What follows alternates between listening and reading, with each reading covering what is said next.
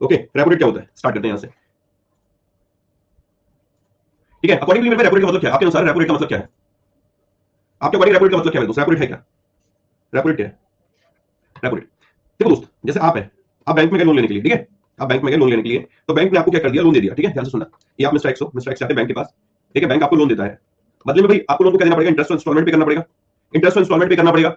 Okay, इस interest पे कोई रेट चार्ज करते होंगे, एक्स रेट होगा, कोई 1%, 2%, 3%, 4%, 5%, 6%, मेरी जो भी परसेंटेज चल रहा हो। इसी तरीके से बैंक को पैसे की जरूरत होती है, वो भी आप किसके पास जाएगा? वो किसके पास है भाई? आपको पैसे की जरूरत है, बैंक के पास गए, बैंक को पैसे की जरूरत है, वो किसके पास जाएगा?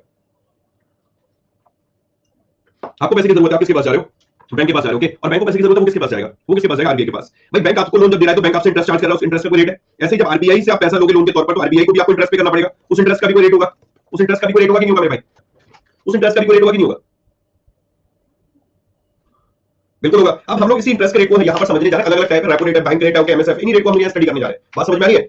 हम लोग जो यहाँ पर आपको थोड़ा पीछे का बैकग्राउंड समझना पड़ेगा, अपने सबकॉन्शियस माइंड को एक्टिव करना पड़ेगा कि हम लोग समझने के जा रहे हैं। हम लोग यहाँ पर ये पढ़ने जा रहे हैं कि वो रेट पढ़ेंगे जिस रेट पर बैंक आरबीआई से लोन ले रहा है। ओके, जिस रेट पर आरबीआई बैंक को लोन दे रहा है भाई, उन रेट को हम लोग स्टडी करने जा रहे हैं। समझ में आ रहा है? क्लियर है मेरे भाई? तो यहाँ पर सबसे पहले हम स्टडी करने जा रहे हैं रेपो रेट के बारे में कि ये रेपो रेट होता क्या है। रेपो रेट होता क्या है? तो मेरे दोस्त, it is a rate, it is a rate at which banks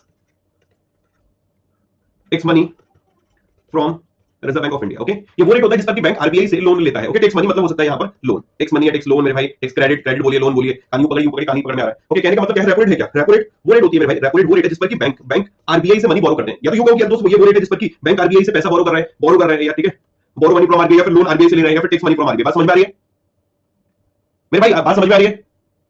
ये आज वाली क्लास स्किप कर दो। आप लोग जिन्होंने अभी मेरी फर्स्ट क्लास देख रहे हो, तो आपसे मेरी रिक्वेस्ट रहेगी, कोशिश करिए कि मॉनेटरी पॉलिसी 2 क्लासेस में खत्म होगा, मॉनेटरी पॉलिसी का कोई भी लेक्चर मत लीजिए जिन्होंने ज्वाइन किया। आप पहले Indian banking system RBI NABARD PSL खत्म करो, फिर मॉनेटरी पॉलिसी खत्म करो। कोशिश करो आने वाले हफ्ते के भीतर आप बिल्कुल मेरे दोस्त रियल टाइम में मेरे साथ कनेक्ट हो जाओ। ओके, इस रेट को हम लोग बोलते हैं रेपो रेट। तो रेपो रेट हुआ क्या? हुआ क्या मेरा भाई है क्या? ये एक ब्याज की दर है, ये एक ब्याज की दर है, मतलब मेरे दोस्त आपको ब्याज पे करनी है दर से। ओके, उस दर को हम लोग बोल रहे हैं रेपो दर। ओके, तो रेपो दर वह दर होती है जिस पर कि बैंक आरबीआई से पैसा उधार लेते हैं या पैसा आरबीआई से लेते हैं, उस दर को हम लोग रेपो दर बोलते हैं। कोई दिक्कत?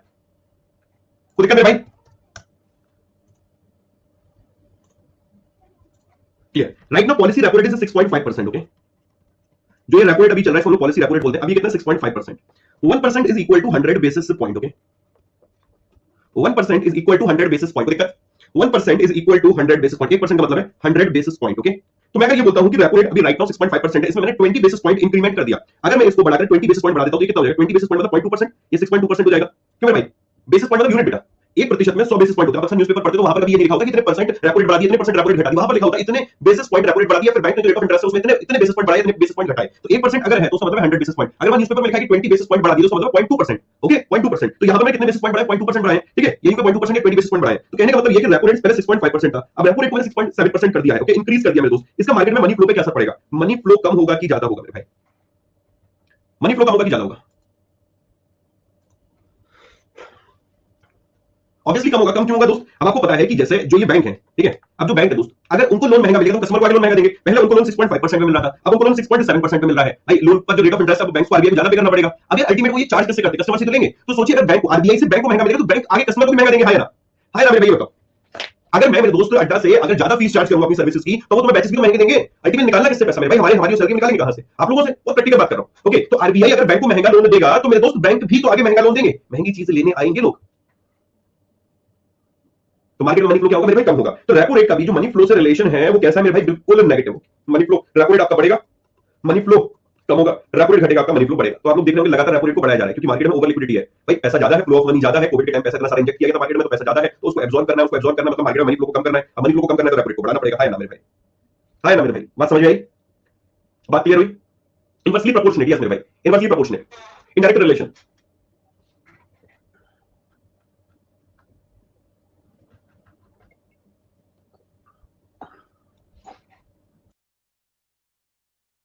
मेरी बात समझ में आ रही है?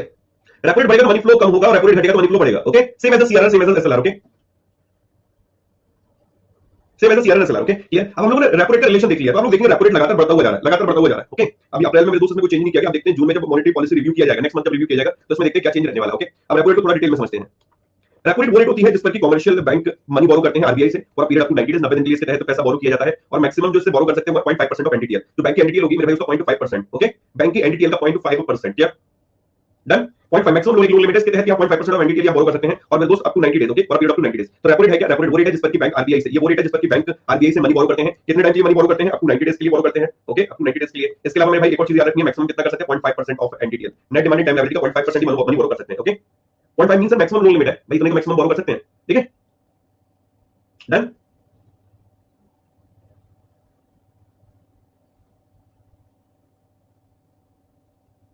नेक्स्ट है बैंक रेट, पढ़िए फटाफट से। 90 दिन के लिए लोन मिलता है रेपो रेट पे, 90 दिन के लिए।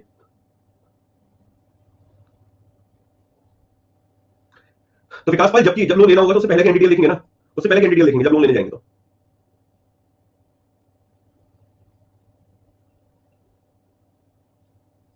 डन। हम लोगों ने पढ़ा कि रेपो रेट होती है, रेपो रेट पे लोन मिलता है वो अप टू 90 डेज के लिए मिलता है, ओके, अप टू 90 डेज के लिए। But for more than 90 days जो लोन मिलता है वो बैंक रेट पे मिलता है, इस पे बैंक रेट पे। और जो ये बैंक रेट है मेरे दोस्त, ये रेपो रेट से 25 बेसिस पॉइंट ज्यादा है। यानी रेपो रेट अगर 6.5% है तो बैंक रेट कितना होगा? 6.75%। क्लियर है? तो bank rate is the rate at which RBI, at which bank takes money from RBI for a period of more than 90 days, okay. यह वह रेट होती है जिस पर की आरबीआई बैंक को पैसा उधार देती है 90 से ज्यादा दिन के लिए। कोई दिक्कत? यहां तक कोई दिक्कत मेरे भाई? ये वो रेट होती है जिस पर की मेरे दोस्त आरबीआई पैसा उधार दे रही है बैंक्स को, और यहां पर 90 से ज्यादा दिन के लिए। इसका रिलेशन मनी फ्लो से क्या होगा मेरे भाई? इसका रिलेशन मनी फ्लो से क्या होगा? इसका मनी फ्लो से क्या रिलेशन होगा? हम लोग रेट ऑफ इंटरेस्ट पढ़ रहे हैं, रेट ऑफ इंटरेस्ट में रेपो रेट पढ़ा और मेरे दोस्त बैंक रेट पढ़ा। रेपो रेट में हम लोगों ने पढ़ा कि जो ये रेपो रेट है वो 6.5% है, बैंक रेट है 6.75% है, भाई यहां पर 0.25% ज्यादा है। रेपो रेट में आपको 90 डेज 90 दिन के लिए पैसा उधार ले सकते हैं बैंक, यहां पर मोर देन 90 डेज के लिए पैसा उधार ले सकते हैं, मोर देन 90 डेज के लिए। बात समझ आ रही है? ओके। और रेपो रेट में क्या होता है कि अगर बैंक को पैसा लेना है तो आरबीआई के पास उसे गवर्नमेंट सिक्योरिटीज को मॉर्गेज भी करना पड़ता है, यहां पर गवर्नमेंट सिक्योरिटीज को मॉर्गेज नहीं करना पड़ता। मतलब अगर बैंक अगर आरबीआई से पैसा उधार लेने के लिए जा रहा है तो वहां पर रेपो रेट के थ्रू लोन लेने के लिए सरकारी प्रतिभूति गिरवी रखनी पड़ती है, तब जाकर उसे पैसा मिलता है। समझ में आ रहा है? बट बैंक रेट में इस तरीके का कोई रूल नहीं है, ओके। रेपो रेट में भाई मैक्सिमम लोन मिलता है 0.5% ऑफ एनडीटीएल, बट यहां पर इस तरीके का कोई रूल नहीं है, मैक्सिमम कोई लोन लिमिट नहीं है, ओके। क्लियर है? ठीक है, डन। इनका भी रिलेशन मनी फ्लो से क्या होगा? अपोजिट होगा भाई, रेट ऑफ इंटरेस्ट तो इसका रिलेशन भी अपोजिट है, इसका भी मनी फ्लो से मेरे दोस्त रिलेशन अपोजिट है। एक तरीके से हम लोग समझे तो repo rate, bank rate, okay, या फिर सीआरआर या फिर एसएलआर, इन सभी का मनी फ्लो से जो रिलेशन है जस्ट अपोजिट है। इनमें से किसी को भी बढ़ा दो मार्केट में मनी फ्लो कम होगा, इनमें से किसी को भी घटा दो मार्केट में मनी फ्लो बढ़ेगा। बात समझ में आ रही है? अब मैक्सिमम जो लोन लेके ना आरबीआई जो लोन दे रहा है वो रेपो रेट पे दे रहा है, मैक्सिमम लोन जो दे रहा है मेरे भाई वो रेपो रेट पे दे रहा है। पहले बैंक रेट पे चलता था, बट बैंक रेट से धीरे धीरे ये सारे काम रेपो रेट पे करना शुरू कर दिए, ओके। जो ये एनडीटीएल लिया जाता है ना, ये फोर्टनाइट बेसिस पे लिया जाता है, 14 दिन के पे, ठीक है। फोर्टनाइट कौन सा रहा था पिछला, उसके आधार पर मैं 0.5 नहीं समझा बेटा। 0.5 का मतलब ये कि जो भी बैंक की एंटिटी होगी, ठीक है, उसका कितना लोन, फॉर एग्जांपल 100 करोड़ है मेरे भाई, 1000 करोड़ है, तो 1000 करोड़ ही माना मैंने, ठीक है, एग्जांपल के तौर पर। इसका मैक्सिमम लोन कितना मिल सकता है? 0.5% मेरे दोस्त, यानी कि 5 करोड़ लोन मिल सकता है यहां पर। समझ में आ रहा है? जितनी एंटिटी होगी उसके आधार पर लोन मिलेगा, उसके आधार पर लोन मिलेगा। एंटिटी कौन फिक्स करता है? ये फिक्स मेरे दोस्त बैंक के अकॉर्डिंग होती है ना, कि भाई कितना पैसा आया, कितना पैसा गया, कितना बचा, इसके बेसिस पे एंटिटी कैलकुलेट होती है। मतलब ये सिंपल शब्दों में, ये अगर कोई बैंक है, ठीक है, ये बैंक है और ये आरबीआई है, बैंक ने इसे बोरो किया पैसा, ठीक है, बदले में ये मॉर्गेज करेगा गवर्नमेंट से सिक्योरिटी, ये रूल है रेपो रेट में, ठीक है। आरबीआई ने यहां पर पैसा दिया है और बैंक ने यहां पर सिक्योरिटी दिया है, और ये जो बैंक है, बैंक बदले में आरबीआई को यहां पर इंटरेस्ट भी पे करेगा, आरबीआई से इंटरेस्ट चार्ज करेगा। तो जो रेट होगा इंटरेस्ट का मेरे दोस्त, उस रेट को बोलते हैं रेपो रेट, ओके। और यहां पर रेपो रेट के थ्रू अप टू 90 डेज के लिए लोन मिलता है, मैक्सिमम मिलता है 0.5% ऑफ एनडीटीएल। डन? क्लियर हुआ पॉइंट?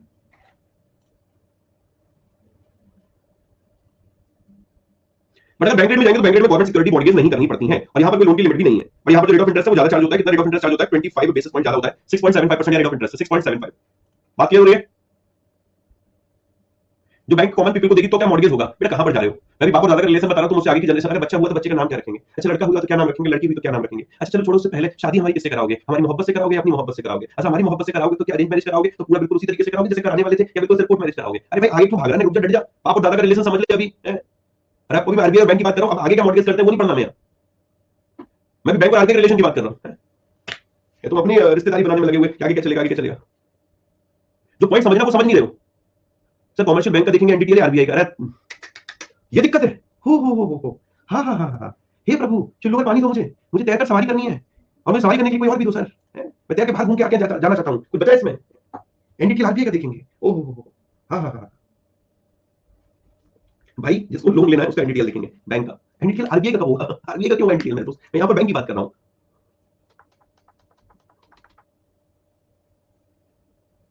बैंक जो लोन लेगा आरबीआई से, जिस रेट पर लेगा वो रेट रेपो रेट। हाँ जी,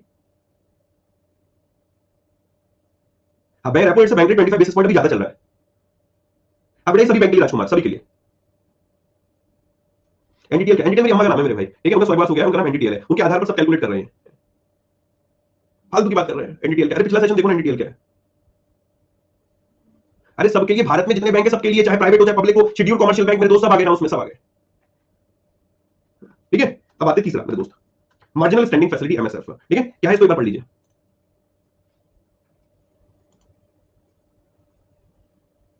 सॉरी सर लास्ट क्लास नहीं की, तो थोड़ा समझा करो ना यार, थोड़ा मेरा भी ध्यान दो, और भी बच्चे क्लास में उनका भी ध्यान दो। अगर मैं क्वेश्चन का जवाब नहीं देता हूं तो तुम लोग मेल करते हो, वो गंदा लगता है, ठीक है। और मेरी मजबूरी है कि मुझे हर एक सवाल का जवाब देना है भाई, लॉजिकल सवालों का भी जवाब देना पड़ता है मेरे को। अब मुझे क्या रियलाइज होता है, तुम बोलते हो एनडीटीएल क्या है, टॉपिक समझ में नहीं, मुझे लगता है मेरे समझाने में गड़बड़ लग रही है मुझे, बट मेरे एक बार दो बार तीन बार समझाने के बाद भी नहीं समझ में आ रहा, तो फिर थोड़ा तुम लोग भी तो समझो कि यार क्यों हम समझना चाह रहे हैं, पिछली क्लास देख लेंगे तो ये ऑटोमेटिकली कनेक्ट हो जाएगी, ठीक है। अगला समझते हैं, अब आते हैं हम लोग एमएसएफ पे। एमएसएफ भी आपका रेट ऑफ इंटरेस्ट है, ओके। एमएसएफ का रेट और दोस्त बैंक रेट ये दोनों इक्वल रहते हैं, ध्यान से समझना। ये जो मार्जिनल स्टैंडिंग फैसिलिटी एमएसएफ, ये भी एक रेट ऑफ इंटरेस्ट ब्याज की दर है, ओके। बट इसमें जो ये पैसा मिलता है ये वन डे के लिए मिलता है, वन डे बोलिए, ओवरनाइट बोलिए, 24 आवर्स बोलिए, मेरे भाई मतलब सेम ही है कि जब बैंक को पैसे की जरूरत है एक दिन के लिए तो आरबीआई के पास जाते हैं, आरबीआई उनको मेरे दोस्त पैसा यहाँ पर उधार देता है, ओके। बदले में इनको यहाँ पर सिक्योरिटीज भी रखनी पड़ती है मेरे दोस्त, यहाँ इन्होंने इनसे बोरो भी कर लिया पैसा, ठीक है, बोरो कर लिया। और ये जिस रेट ऑफ इंटरेस्ट पे लोन देते हैं यहाँ पर वो कहता है मार्जिनल स्टैंडिंग फैसिलिटी, इसकी maximum limit 2% of NDTL, okay. कम से कम 1 करोड़ मिलेगा, 1 करोड़ के मल्टीपल में 1 करोड़, 2 करोड़, 3 करोड़, 4 करोड़, 5 करोड़, 6 करोड़, 7 करोड़, 8 करोड़, 9 करोड़, ऐसा। डन, क्लियर है। तो मार्जिनल स्टैंडिंग फैसिलिटी क्या है? Rate at which commercial bank borrow money from RBI for a period up to 1 day, 24 hours overnight, एक ही मतलब है, मिनिमम 1 करोड़ उसके मल्टीपल में मैक्सिमम 2% ऑफ एनडीटीएल, क्लियर। तो ये भी कितना चल रहा है मेरे भाई? 6.75, 6.75 भाई, बैंक रेट और एमएसएफ दोनों बराबर चल रहा है। अब जरा समझते हैं, repo rate, bank rate, MSF. Repo rate कितना? 6.5, बैंक रेट कितना चल रहा है? 6.75, बैंक रेट एमएसएफ इक्वल है 6.75, ओके। जो रेपो रेट है इसमें बैंक पैसा लेते हैं किससे बेटा? आरबीआई से, ठीक है। बैंक पैसा ले रहे हैं किससे? आरबीआई से। इसमें भी बैंक पैसा ले रहे हैं किससे? आरबीआई से। इसमें भी बैंक किससे पैसा ले रहे हैं? आरबीआई से। यही चल रहा है मेरे भाई, यही चल रहा है, ओके। यहाँ पर रेपो रेट में मैक्सिमम 0.5% ऑफ एनडीटीएल है, इसकी कोई लिमिट नहीं है, यहाँ maximum 2% of NDTL, okay. Repo rate का रिलेशन मनी फ्लो के साथ अपोजिट है, इसका भी अपोजिट है और इसका भी अपोजिट है, तीनों रेट ऑफ इंटरेस्ट है मेरे भाई। अगर बैंक को महंगा मिलेगा तीनों के केस में तो वो भी आगे महंगा देगा, तो अपोजिट मतलब इनमें से कुछ भी बढ़ा दो मनी फ्लो कम होगा, इनमें से कुछ भी घटा दो मनी फ्लो बढ़ जाएगा, यही मेरे भाई। इनमें से कुछ भी बढ़ा दो मनी फ्लो कम होगा और कुछ भी घटा दो मनी फ्लो बढ़ेगा, ठीक है। बढ़ा दो घटेगा, घटा दो बढ़ेगा, यही चल रहा है, ठीक है। डन मेरे दोस्त, रेपो रेट से बैंक रेट कितना ज्यादा होता है? 25 बेसिस पॉइंट ज्यादा होता है, यानी 0.25% ज्यादा होता है, कोई डाउट है? डन। इसके केस में होता है गवर्नमेंट सिक्योरिटीज मॉर्गेज करनी पड़ती है, यहाँ पर गवर्नमेंट सिक्योरिटीज कोई मॉर्गेज नहीं करनी पड़ती, यहाँ गवर्नमेंट सिक्योरिटी मेरे भाई मॉर्गेज करनी पड़ती है। बात समझ आ रही है? बात क्लियर है? आपकी क्लास लेकर मूड ठीक हो जाता है, चाहे कितनी भी परेशान हो, सब आसानी लगने लगती है, टेंशन ना लो मेरे भाई, ठीक है। तुम्हें फ्री का एंटरटेनमेंट मिलेगा, ठीक है। पढ़ाई तो चलती रहेगी, जीवन में पढ़ना लिखना सब कुछ थोड़ी होता है, पढ़ेंगे लिखेंगे बनेंगे गवार, खेलेंगे कूदेंगे बनेंगे होशियार, एक लाइन होती थी मेरे भाई, क्या था? क्या पढ़ेंगे लिखेंगे बनेंगे होशियार, खेलेंगे कूदेंगे बनेंगे गवार, ऐसे कुछ करके बचपन में सुनते थे ना हम लोग, तो सब लाइन मेरे दोस्त बेकार है, ठीक है। मौज मारो, ये महफिल महफिल का मजा लो, इश्क और प्यार का मजा लीजिए, थोड़ा बहुत ईयर में एडमिशन बढ़ा दीजिए, ठीक है। आगे चलते मेरे दोस्त। अब यार दोस्त हम लोग बैंक रेट के बारे में थोड़ा नेक्स्ट लेवल पढ़ने जा रहे हैं, अभी तक ये बच्चों वाली चीजें हम लोगों ने पढ़ी, अब बैंक रेट के बारे में थोड़ा नेक्स्ट लेवल पे पढ़ेंगे। बैंक रेट की जब डेफिनेशन आप लोगों ने पढ़ी थी तो इस डेफिनेशन में मेरे भाई मैंने लिखा है कि bank rate is also known as the discount rate, okay. Bank rate को हम लोग क्या बोलते हैं? डिस्काउंट रेट भी बोलते हैं, क्लियर है? अच्छा एक पॉइंट तो रहेगा इसमें, एक सेकंड। यहाँ पर जो लोन मिलता है वो 90 दिन के लिए, यहाँ मोर देन 90 दिन के लिए, यहाँ अप टू 90 दिन के लिए, और यहाँ पर वन डे के लिए, ओवरनाइट के लिए मिलता है, ठीक है। सारे पॉइंट इसको हम लोग डिस्काउंट रेट भी बोलते हैं, अभी पढ़ेंगे डिस्काउंट रेट।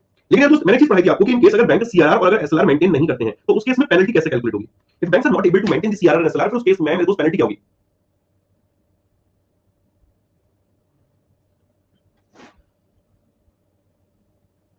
प्रीति मोर देन 90 डेज हो गया ना, और अप टू 1 ईयर। पहली बात तो मेरा सवाल समझ में, मैं कह रहा हूं अगर बैंक अगर मेंटेन नहीं कर पाए दोस्त सीआरआर एसएलआर, तो उस केस में पेनल्टी का रेट क्या है? पेनल्टी क्या होगी भाई? पेनल्टी तो लगनी चाहिए।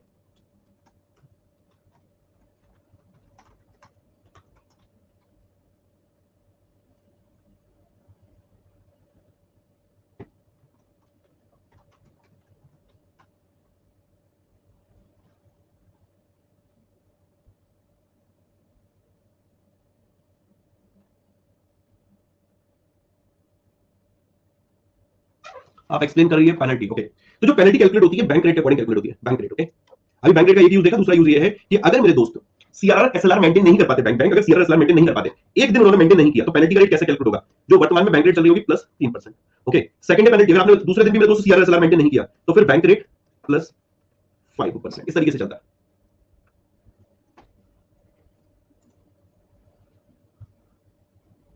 हाँ डेली बेसिस में मेरे भाई पहला दिन पेनल्टी का रेट क्या होगा? पापा ने बोला बेटा अगर तुम पहली रात पकड़े गए किसी से करते हुए तो बेटा मैं सिर्फ करूंगा 15 लाख दूंगा तुम्हें, चलो 15 लाख याद हो गई, मैं 5 लाख दूंगा तुम्हें, 5 लाख मतलब 5 लाख लाख नहीं बेटा 5 लाख दूंगा, ठीक है। और अगर तुम दूसरे दिन और पकड़े गए तो मैं लाखों की संख्या बढ़ाकर बेटा 10 लाख दूंगा, ठीक है। समझ में आ रही है मेरे दोस्त? हाँ समझ में आ रही है? तो ये फिर 10 लाख तो कंटिन्यू रहेंगी, आगे चलती रहेंगी चलती रहेंगी। तो पहले दिन पेनल्टी क्या है? जो बैंक रेट चल रही होगी प्लस 3%, और दूसरे दिन penalty bank rate plus 5%, 3% NDTL का। Try to use your brain, okay. Please take pause and try to use your brain, please. थोड़ी देर समझो कि एनडीटीएल को पेनल्टी लगेगी, खुद दिमाग लगाओ। क्या ये मतलब सवाल जो आप पूछ रहे हो, आई नो आपको डाउट आ रहा है, but try to use your brain कि सच में आप मेरे दोस्त जॉब चाहते हो, गवर्नमेंट जॉब करना, वहां पर भी तो ब्रेन यूज करना पड़ेगा। ये किस पर पेनल्टी लगेगी? जो आपको एक्स अमाउंट मेंटेन कर रहा था, आप उतना एक्स अमाउंट से कम अमाउंट मेंटेन करो तो जितना शॉर्टफॉल होगा उस पर ही तो पेनल्टी लगेगी। ऑलवेज 2% बढ़ जाएगा नहीं, तो ये कंटिन्यू चल रही है। Bank rate plus 5%, bank rate plus 5% continue चल रही है। पहले दिन बैंक रेट प्लस 3% है, उसके बाद मेरे दोस्तों बैंक रेट प्लस 5% चल रही है। ओके, बात क्लियर हुई? First day penalty bank rate चल रहा है 6.75, तो पेनल्टी रेट क्या हो गया मेरे भाई 9.75। ओके, बैंक रेट चल रहा है आपका 6.75, तो पेनल्टी रेट कितना होगा 11.75। कल को बैंक रेट बढ़ेगा तो पेनल्टी रेट भी ऑटोमेटिकली बढ़ जाएगा, बैंक रेट घटेगा तो ऑटोमेटिकली पेनल्टी रेट घट जाएगा। बात क्लियर है? तो बैंक रेट का यूज क्या है? इस पर बैंक आरबीआई से मनी बोरो करते हैं। दूसरा यूज क्या है? ये वो रेट होती है जिसके अकॉर्डिंग हम लोग पेनल्टी वैल्यू है कि बैंक को पेनल्टी पे करनी पड़ती है आरबीआई को। ओके भाई, वो तो ऑटोमेटिकली पेनल्टी जुड़ती चली जाएगी। अगर पे नहीं करेंगे तो पहले दिन की पेनल्टी, दूसरे दिन की पेनल्टी, तीसरे दिन की पेनल्टी, चौथे दिन की पेनल्टी, बेटा जुड़ती चली जाएगी। Bank rate is also used for deciding panel rate. इसको हम लोग पैनल रेट भी बोलते हैं। ओके, पैनल रेट भी बोल रहे हैं हम लोग इसको। बात समझ में आ गई? 3% और 5% फिक्स है, ये फिक्स है, ये फिक्स है। थर्ड डे में क्या होगा? अरे होशियार, ये कंटिन्यू की जा रही है। डिस्काउंट से क्या मीनिंग है? क्वेश्चन आ रहा है मन में, वही बताऊंगा अभी। वो लगे, ये लगे तीसरा यूज है डिस्काउंट रेट का। अच्छा, पेनल्टी रेट बैंक रेट के ऊपर डिपेंड करता है। हाँ बेटा, बैंक रेट के आधार पर पेनल्टी रेट कैलकुलेट होता है। ये पेनल्टी क्या एनडीटीएल के ऊपर कैलकुलेट होगा? नहीं बेटा, एनडीटीएल के ऊपर कैलकुलेट नहीं होगा। जो आपने सीआर मेंटेन बैंक नहीं की होगी उसके ऊपर कैलकुलेट होगा। नहीं सोनी कुमारी नहीं, बैंक रेट बेटा। डन, क्लियर है?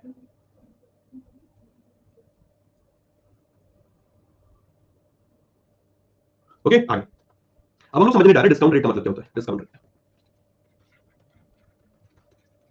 टॉपिक्स भी रीनेम कराऊंगा थोड़े, उसका रीजन है जो टॉपिक में करा चुका हूं, जिन क्लासेस में जो कराया है मैं वही लिखवा दूंगा उसमें। तो कल अगर आपको रिवाइज भी करना हो तो दिक्कत ना हो, क्योंकि इसमें सीआर एलआर लिखा हुआ, उसमें सीआर हुआ, तो सीआर लिखा रहेगा। ओके,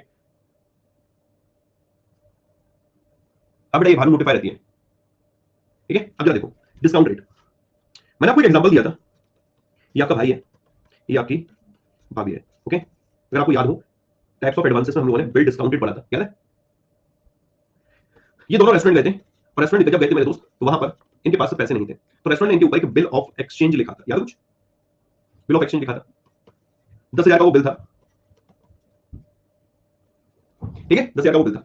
अब इसकी जो ड्यू डेट थी, फॉर एग्जांपल हम लोग मान लेते हैं राइट नाउ अपन यहां मई महीने में है। ठीक है, इसकी 10 जुलाई 2023 इसकी ड्यू डेट है, 10 जुलाई 2023 इसकी ड्यू डेट है। कि आशीष गौतम को बुलाया यहां पर, आशीष गौतम ने कि भाई 10 जुलाई को मेरे पास आना, मैं तेरे को 10,000 का पेमेंट दे दूंगा। ठीक है मेरे भाई, 10,000 का मैं तेरे को पेमेंट दे दूंगा, तुम मेरे यहां पर आना। ओके, ये पूरी स्टोरी के साथ याद है सब बेटा? याद है? बहुत बढ़िया। आपकी भाभी का मन कर रहा था सुनो ना करके, बेटा मेरे को सुना दिया उन्होंने, और मेरे को यहां पर ले गई, रेस्टोरेंट ले गई, वहां पर इन्होंने इतना सारा ऑर्डर किया, 10,000 रुपए का भाई बिल बन गया। ओके, इस बंदे का नाम था पांडु। ठीक है, और मेरे भाई ये जो बिल है मेरे दोस्त 10,000 रुपए का था, आशीष गौतम को पे करना था। बट हुआ क्या कि इस बंदे को पैसे की जरूरत थी, और ये क्या किया कि ये 10 मई 2023 को मेरे भाई ये पहुंच गया कहां पर? पेमेंट लेने के लिए। ओके, अब 10 मई क्या मेरे दोस्त, 10 मई मान लिया, 10 मई को ये पेमेंट लेने के लिए पहुंच गया। ये कहां पर गया? अपने बैंक पे। ठीक है, और बैंक ने क्या किया, इसको इसके अगेंस्ट में पेमेंट भी दे दिया। ठीक है, इस बिल को उसने क्या किया था? बिल को डिस्काउंट काटा बिल पे, तो बिल बन गया था। बिल डिस्काउंट याद है तुम लोगों को? ये याद है कि नहीं मेरे दोस्त? 500 रुपए का डिस्काउंट काटा, 9,500 रुपए इसको पे कर दिए। अब ये बैंक के ड्यू डेट पे बैंक को पूरा 10,000 रुपए मिल जाएगा, या 500 रुपए बैंक का फायदा हो गया? यहाँ 500 रुपए बैंक का फायदा हो गया। यहाँ तक तो समझ में आ गया, कोई डाउट नहीं होना चाहिए मेरे दोस्त। ठीक है, डन। अब ये बिल किसके पास है? अब ये बिल किसके पास है? अब ये बिल किसके पास है? बैंक। अभी तक ये बिल किसके पास था?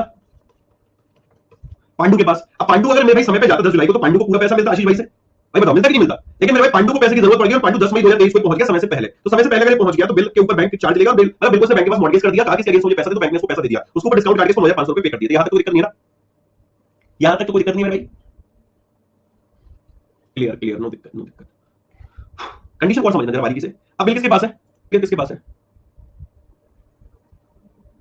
बैंक के पास है। बिल की मैच्योरिटी डेट क्या है? 10 जुलाई 2023। ओके, बैंक को पैसे की जरूरत पड़ी और बैंक पहुंच गया आरबीआई के पास। ठीक है, बैंक किसके पास पहुंच गया भाई? आरबीआई के पास। दौड़ा दौड़ा बैंक आरबीआई के पास पहुंचा, जल्दी दे दो पैसा। अरे भैया मैं तो लुट गया, ऐसे करके नहीं। ये बैंक मेरे दोस्त आरबीआई के पास पहुंचे, इसको पैसे की जरूरत पड़ी, मैच्योरिटी 10 जुलाई को पूरा पेमेंट हो सकता था। ठीक है, वो बैंक के पास पहुंचा, बैंक ने इस बिल के अगेंस्ट में इसको पेमेंट कर दिया। बैंक भी इस पे काटेगा मेरे भाई क्या? डिस्काउंट। और बैंक इसके अगेंस्ट में इसको यहां पर पेमेंट कर दिया। बात समझ में आई? यही सेम प्रोसेस बैंक और आरबीआई के बीच में हुआ। ये सेम प्रोसेस पांडु और बैंक के बीच में हुआ था। अब सेम प्रोसेस ये बैंक और आरबीआई के बीच में हो रहा है। बैंक यही बिल समय से पहले लेके पहुंचा आरबीआई के पास। अरे आरबीआई बाबा तुझे भाई देना, ए भाई कुछ देना, ए भाई कुछ देना। आरबीआई ने इसको पेमेंट कर दिया भाई। अब आरबीआई भी यहां पर कुछ ना कुछ चार्जेस लेगा। चार्जेस को डिस्काउंट बोल रहे हैं, चार्जेस को डिस्काउंट बोल रहे हैं भाई, कुछ ना कुछ चार्जेस तो लेगा ना। ए भाई वाला चार्जेस लेगा कि नहीं लेगा? मानो मेरे भाई इसने यहां पर चार्जेस ले लिए। ओके, बट ये जो डिस्काउंट काटेगा, जिस रेट पर काटेगा उस रेट को बोलते हैं बैंक रेट। यहां पर मेरे दोस्तों फिक्स है, जिस रेट पर काटेगा उस रेट को बोलते हैं बैंक रेट। ओके, और यही दफा दूसरी दफा हुआ है। पहली दफा हुआ है कि दूसरी दफा हुआ डिस्काउंट? दूसरी दफा, सेकंड टाइम। इसको बोल दिया हम लोगों ने री डिस्काउंट। क्या बोलते हैं बेटा? री डिस्काउंट। तो बैंक रेट की डेफिनेशन बनती है एज पर आरबीआई एक्ट, जो आप लोगों को नहीं पढ़ाई जाती है, जो कि आप आज पढ़ रहे हो। Bank rate is a rate at which RBI री डिस्काउंट बिल ऑफ एक्सचेंज। बात समझ में आई? अब कौन किससे पैसा लेगा, क्या नहीं लेगा, उतना घुसने की जरूरत नहीं है। मेरे को नेगोशिएबल इंस्ट्रूमेंट नहीं पढ़ना, मुझे इतना घुसाना नहीं है मेरे भाई, इतना दिमाग को सेट नहीं कराना, उस लेवल पे नहीं ले जाना मेरे को, ठीक है? मुझे जो बताना वो ये है कि ये जो बंदा है इसको पेमेंट करना था, इसके पास पैसा नहीं था, सामने वाली पार्टी ने इसके ऊपर बिल लिखा, वो जब बिल लिखा तो बिल की एक ड्यू डेट थी, पांडु को पहले पैसे की जरूरत पड़ गई, तो पांडु बैंक के पास गया, अपने उसने इस बिल को मॉर्गेज किया, उसके अगेंस्ट में इसको पैसा मिल गया, तो वो बन गया बिल डिस्काउंट। इसी बिल को जब ये बैंक के पास था, बैंक की समय से पहले पहुंचा आरबीआई के पास, आरबीआई ने मेरे भाई इसका पेमेंट कर दिया, आरबीआई ने डिस्काउंट काटा, that discount is called rediscount, जिस रेट पर काटा वो है बैंक रेट, सो हम बोलते हैं bank rate is a rate at which RBI rediscount bill of exchange, इसलिए इसको डिस्काउंट रेट कहा जाता है। अब कौन किसको पैसे देगा, कौन किसको नहीं देगा, इस पर दिमाग मतलब जो मैं समझाना चाहूं वो समझ में आया कि डिस्काउंट का मतलब क्या है, डिस्काउंट रेट का मतलब क्या है, बैंक रेट यहां पर कैसे यूज हो रहा है, इस पर दिमाग लगाने की जरूरत है। सर टाइम पे टाइम के साथ पूरा मिलता। अब आपने मेरे दोस्त कहा कि सर सुनिए ना, मंडे वेडनेसडे फ्राइडे वो ये पढ़ाएंगे, तो सर हमारा कोर्स कैसे कंप्लीट होगा, कुछ एक दिन को जल्दी पढ़ना है, तो मैंने कहा कोई दिक्कत नहीं है, आप अलग से एक मेरे से प्राइवेट ट्यूशन ले लो, यू कैन अफोर्ड, आप प्राइवेट ट्यूशन ले लो मेरे भाई, अदरवाइज आप इसको कंटिन्यू करो। तो मेरे दोस्त जरूरत किसको है, आपकी जरूरत अगर जल्दी है जल्दी वाला विकल्प चूज करिए, आपकी जरूरत अगर आराम से चल रही है तो आराम वाला विकल्प चूज करिए।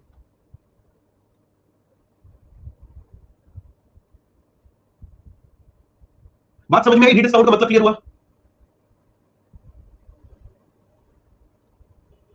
रीडिस्काउंट रेट 6.75%, रीडिस्काउंट रेट क्या होगा, जो बैंक रेट चल रहा होगा 6.75%, तो बैंक रेट के हम लोग तीन यूज देगी, एक तो इस पे मनी बॉरो की जा रही है, दूसरा इससे पैनल रेट के तौर पे यूज हो रहा है सीआरएस के केस में, तीसरा इसमें बिल ऑफ एक्सचेंज पर रीडिस्काउंट भी किया जा रहा है। ओके, रीडिस्काउंट किया जा रहा है, क्लियर? तो हमारा repo rate clear, bank rate clear है दोस्त, right now we are moving towards reverse repo rate. Okay, reverse repo rate क्या होता है, रिवर्स रेपो रेट क्या होता है इसको देखते हैं। अच्छा आपके अकॉर्डिंग रिवर्स रेपो रेट का मतलब क्या होगा, आपके अकॉर्डिंग रिवर्स रेपो रेट का मतलब क्या होगा? Reverse repo rate right now it is 3.35%। Yes बेटा पूजा,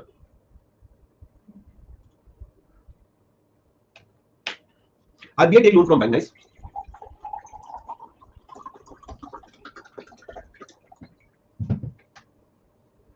अच्छा यार दोस्त ये 3.35% चल रहा है, मैं 3.35% से बढ़ाकर इसको 5% करता हूं, यानी कि मैंने दोस्त रिवर्स रेपो रेट को बढ़ा दिया। ओके, तो मनी फ्लो पे क्या असर पड़ेगा?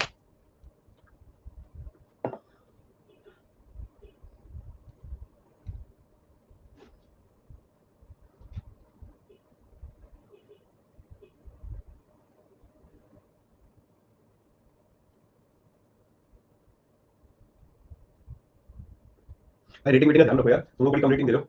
फीडबैक का कोई इशू है तो मुझे बताओ यार, उस फीडबैक वाले पार्ट पे तुम लोग ऐसे गड़बड़ मत करो। या कुछ समझ में नहीं आ रहा है, कुछ नहीं आ रहा है, ये बड़ा ध्यान रखने वाली चीज है। देखो फीडबैक अगर नहीं पसंद आ रहा तो वो एक अलग बात है, बट ऐसा हो नहीं सकता समझ में ना आए चीज है, लेकिन मैं फाइट नहीं मार रहा हूं तुम लोगों के साथ, बट फिर भी अगर कुछ काम कर लो मैसेज नहीं कि भाई नहीं सर ये वाला पॉइंट है, ठीक है? मनी फ्लो क्या होगा दोस्त, मनी फ्लो यहां पर घटेगा, ठीक है? और ये अगर कम होगा तो मनी फ्लो बढ़ेगा। ऑब्वियस ना, रिवर्स रेपो रेट होता है, उसको समझने की जरूरत है। ये वो रेट है जिस पर बैंक क्या करते हैं, अपने पैसे को आरबीआई के पास रखते हैं सरप्लस के तौर पर, ठीक है? आरबीआई के पास बैंक अपने पैसे को सरप्लस के तौर पर रखते हैं, तो अगर ये रेट ज्यादा होगा तो बैंक ज्यादा से ज्यादा मेरे दोस्त पैसे के पास रखेंगे, तो मेरे दोस्त उनके पास जो पैसा होगा कम बचेगा तो मार्केट में मनी फ्लो भी कम होगा। तो मतलब रिवर्स रेपो रेट अगर बढ़ेगा तो मार्केट में मनी फ्लो क्या होगा, घटेगा, और रिवर्स रेपो रेट अगर कम होगा तो फिर मार्केट में मनी फ्लो बढ़ेगा। ओके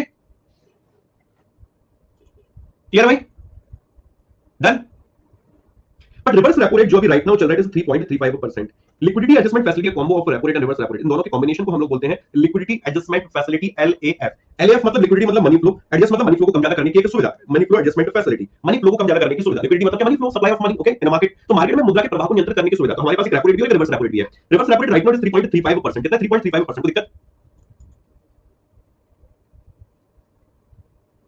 मतलब आरबीआई इंटरेस्ट देता, हाँ जी, आरबीआई यहां पर बैंक आरबीआई के पास पैसा रखते हैं, तो बदले में आरबीआई जो इंटरेस्ट पे करता है वो that rate of interest is called the reverse repo rate. Reverse repo rate is the rate at which bank maintain their surplus money with RBI, in return RBI हमको इंटरेस्ट पे करता है, और जिस रेट पर पे करेगा that rate is called the reverse repo rate. Okay, उस रेट को हम बोल रहे हैं रिवर्स रेपो रेट। जरा देखते हैं, देखो reverse repo rate is the rate, reverse repo rate is the rate of interest on which commercial bank deposited surplus money with RBI. Clear है?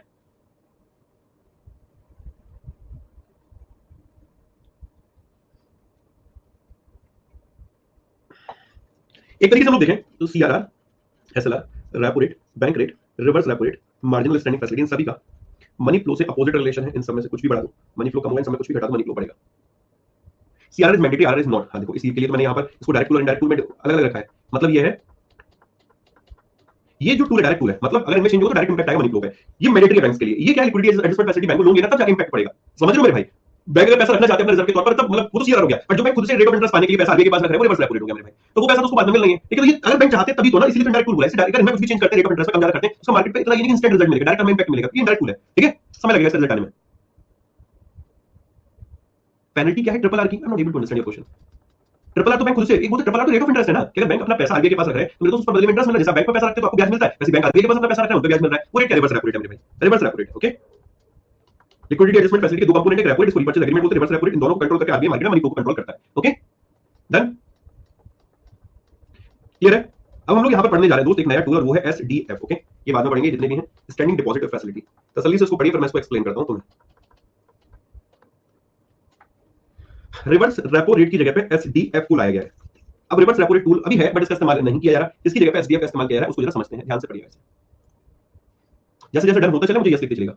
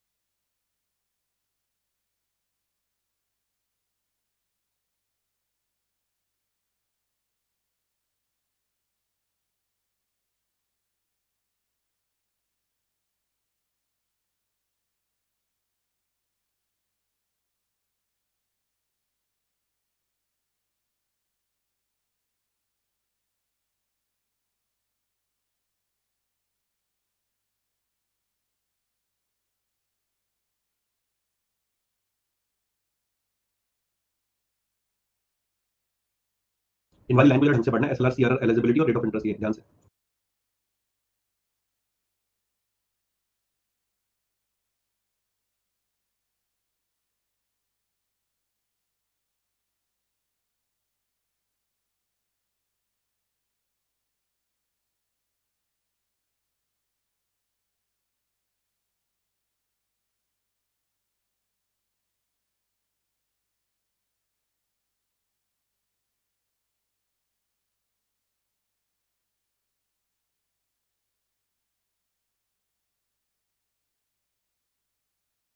बहुत इंस्टेंट पढ़िए सर, आप एक्सप्लेन करिए, आप एक्सप्लेन करिए, राइट, यूज योर ब्रेन यार, कल को आपको भी ना बड़ा होना है, ठीक है। अगर दिमाग का इस्तेमाल नहीं करेंगे तो हमेशा एक आदत पड़ जाएगी सिर्फ फॉलो करना, थोड़ा दिमाग लगाया करिए, जब इंटरव्यू में बैठेंगे तो अपना दिमाग लगाना पड़ेगा। समझते हैं एसडीएफ है क्या, और एसडीएफ रिवर्स रेपो रेट जब था तो एसडीएफ की जरूरत क्या पड़ी, ये भी समझते हैं। एसडीएफ एक लिक्विडिटी मैनेजमेंट इंस्ट्रूमेंट है भाई, मनी फ्लो को कंट्रोल करने की एक सुविधा है, जिसको रिकमेंड किया था एक्सपर्ट कमेटी ने, expert committee to revise and strengthen the monetary policy framework, जिसके हेड थे उदित पटेल साहब, ओके। 2014 में इस कमेटी ने रिकमेंड किया था। 2018 में सेक्शन 17 है आरबीआई एक्ट 1934 का, उसमें बदलाव किया गया और आरबीआई को और एम्पावर किया गया इस इंस्ट्रूमेंट को इंट्रोड्यूस करने के लिए, जो कि लॉन्च हुआ 2022 से आते आते, ओके। ये एक नॉन पोलिटिकलाइज्ड इंस्ट्रूमेंट है, यहां से पूरी कहानी मेरे दोस्त बदल जाती है। इट कैन एब्सॉर्ब लाइफ, थोड़ा समझना। रिवर्स रेपो रेट है क्या, पहले तो इस चीज को समझने की जरूरत है। रिवर्स रेपो रेट है क्या, इस चीज को समझने की जरूरत है मेरे दोस्त। रिवर्स रेपो रेट अभी तक हम समझ रहे हैं ये वो रेट है जिस पर कि बैंक आरबीआई से पैसा लेता है, बट क्यों ले रहा है? मार्केट में अगर मनी का फ्लो ज्यादा है, ओके, तो वो यार इस फ्लो को कम करना चाह रहा है, यही तो। अगर मनी का फ्लो मार्केट में ज्यादा है, आरबीआई चाह रहा है इस फ्लो को कम करना। अब इस फ्लो को कम करना चाहता है तो वो रिवर्स रेपो रेट टूल के माध्यम से कर सकता है कि नहीं कर सकता? मेरे सवाल को समझने की कोशिश करना। मार्केट में अगर ओवर लिक्विडिटी है, ठीक है, मार्केट में मनी फ्लो ज्यादा है, मनी फ्लो ज्यादा है, तो मनी फ्लो को कम करने के लिए वो इस रिवर्स रेपो रेट टूल का इस्तेमाल कर सकता है, कर सकता है। वो रिवर्स रेपो रेट को बढ़ा देगा, रिवर्स रेपो रेट को बढ़ा देगा तो क्या होगा? बैंक अपना ज्यादा से ज्यादा पैसा किसके पास रखना स्टार्ट कर देंगे मेरे भाई? रिजर्व बैंक ऑफ इंडिया के पास ज्यादा से ज्यादा रिजर्व रखेंगे, जिससे कि क्या होगा कि जो बैंकों के पास पैसा होगा वो कम हो जाएगा और मार्केट में पैसा कम जाएगा, तो ऑब्वियसली जो लार्ज लिक्विडिटी मेरे दोस्त धीरे धीरे कम होना शुरू हो जाएगी। हाँ या ना, बताइए। ये मार्केट में पैसा ना जाए तो फिर आरबीआई के पास जाएगा। फिर दोबारा सुनना, ध्यान से वहां से कड़ी जोड़ो, यहां से कड़ी जोड़ो। मार्केट में फ्लो मनी का ज्यादा है, ठीक है, मार्केट में पैसा ज्यादा है, फ्लो ऑफ मनी ज्यादा है, ओवर लिक्विडिटी है मार्केट में। अब ओवर लिक्विडिटी मार्केट में तो RBI reverse repo rate tool का कैसे इस्तेमाल कर सकता है? अब बैंक के दिमाग में आ रहा है कि यार उनको क्या करना चाहिए, बैंक सोच रहे हैं यहां पर किनको क्या करना चाहिए, आरबीआई सोच रहा है यहां पर किनको क्या करना चाहिए मार्केट में मनी फ्लो को कम करने के लिए। तो आरबीआई कहता है कि काम करो बैंक, तुम अपना पैसा हमारे पास रखो। बैंक कहते हैं क्यों रखें हम तुम्हारे पास पैसा, हम तो मार्केट में देंगे। भाई आरबीआई चाहता है कि मार्केट में ना दो, भाई बैंक को फायदा मार्केट में ज्यादा है, तो फिर आरबीआई कहते हैं काम करते हैं हम रिवर्स रेपो रेट को बढ़ा देते हैं, तुम्हें जो रिटर्न मिल रहा है ना, जो इंटरेस्ट मिल रहा है जो पैसा हमारे पास रखने पर, इस पर हम तुम्हें ज्यादा इंटरेस्ट पे करेंगे। तो अगर ज्यादा इंटरेस्ट बैंक को मिलेगा तो बैंक फिर ज्यादा से ज्यादा पैसा किसके पास रखेंगे? आरबीआई के पास रखेंगे। बात समझ में आ रही है? तो मार्केट में मनी फ्लो होगा मेरे भाई धीरे धीरे धीरे धीरे कम होना शुरू हो जाएगा। ये पॉइंट समझ में आ रहा है?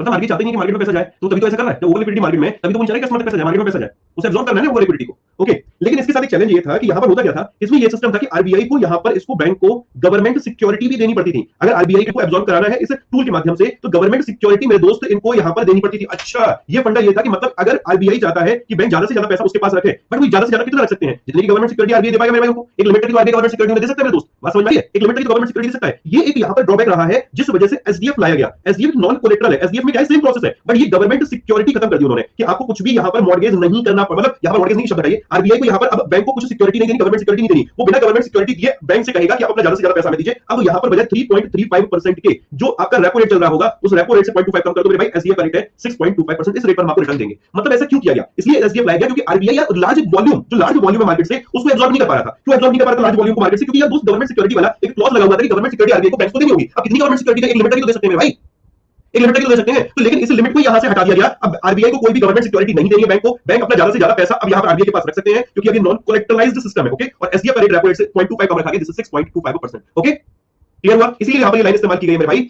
as a non collateralized instrument it can absorb large volume. Right now it can absorb large volume. Okay, then आगे SDF as it stands currently standing deposit facility, it is also part of liquidity adjustment facility corridor. Okay मेरे भाई, ये किसी जगह पे है, reverse repo rate की जगह पे, रिवर्स रेपो रेट की जगह पे है। ओके, किसी जगह पे है, रिवर्स रेपो रेट की जगह पे इसको लेकर आए हैं। ये मॉनेटरी पॉलिसी का इंस्ट्रूमेंट है जो कि एब्जॉर्ब करेगा लिक्विडिटी को विदाउट एनी कोलेटरल, यानी कि गवर्नमेंट सिक्योरिटी कुछ भी यहां पर देनी नहीं पड़ेगी। मतलब अब गवर्नमेंट सिक्योरिटी को हटा दिया गया जब एसडीएफ आया है। रिवर्स रेपो रेट में गवर्नमेंट सिक्योरिटी थी, एसडीएफ में गवर्नमेंट सिक्योरिटी नहीं है, बात खत्म। मुझे ये भी चेंजेस होते रहते हैं, बट अभी आपको याद रख के चलना है, रेट में बता रहा हूं, वो अभी फिक्स चल रही है। ओके, स्टैंडिंग डिपॉजिट फैसिलिटी कब से ऑपरेशनलाइज्ड हुआ है? 8 अप्रैल 2022 से। Okay, SDF would replace reverse repo rate. Okay, SDF rate will be 25 basis point below the policy repo rate. Policy repo rate है 6.5%, तो एसडीएफ कितना हो गया? मैं 25 बेसिस कम कर दूं, 6.25%। Okay, 6.25%। Eligible participant can place deposit with RBI overnight basis at a fixed rate. Okay, कोई दिक्कत? यहां पर मेरे ओवरनाइट बेसिस पे पैसा आरबीआई के पास रखा जा रहा है। डन, क्लियर है?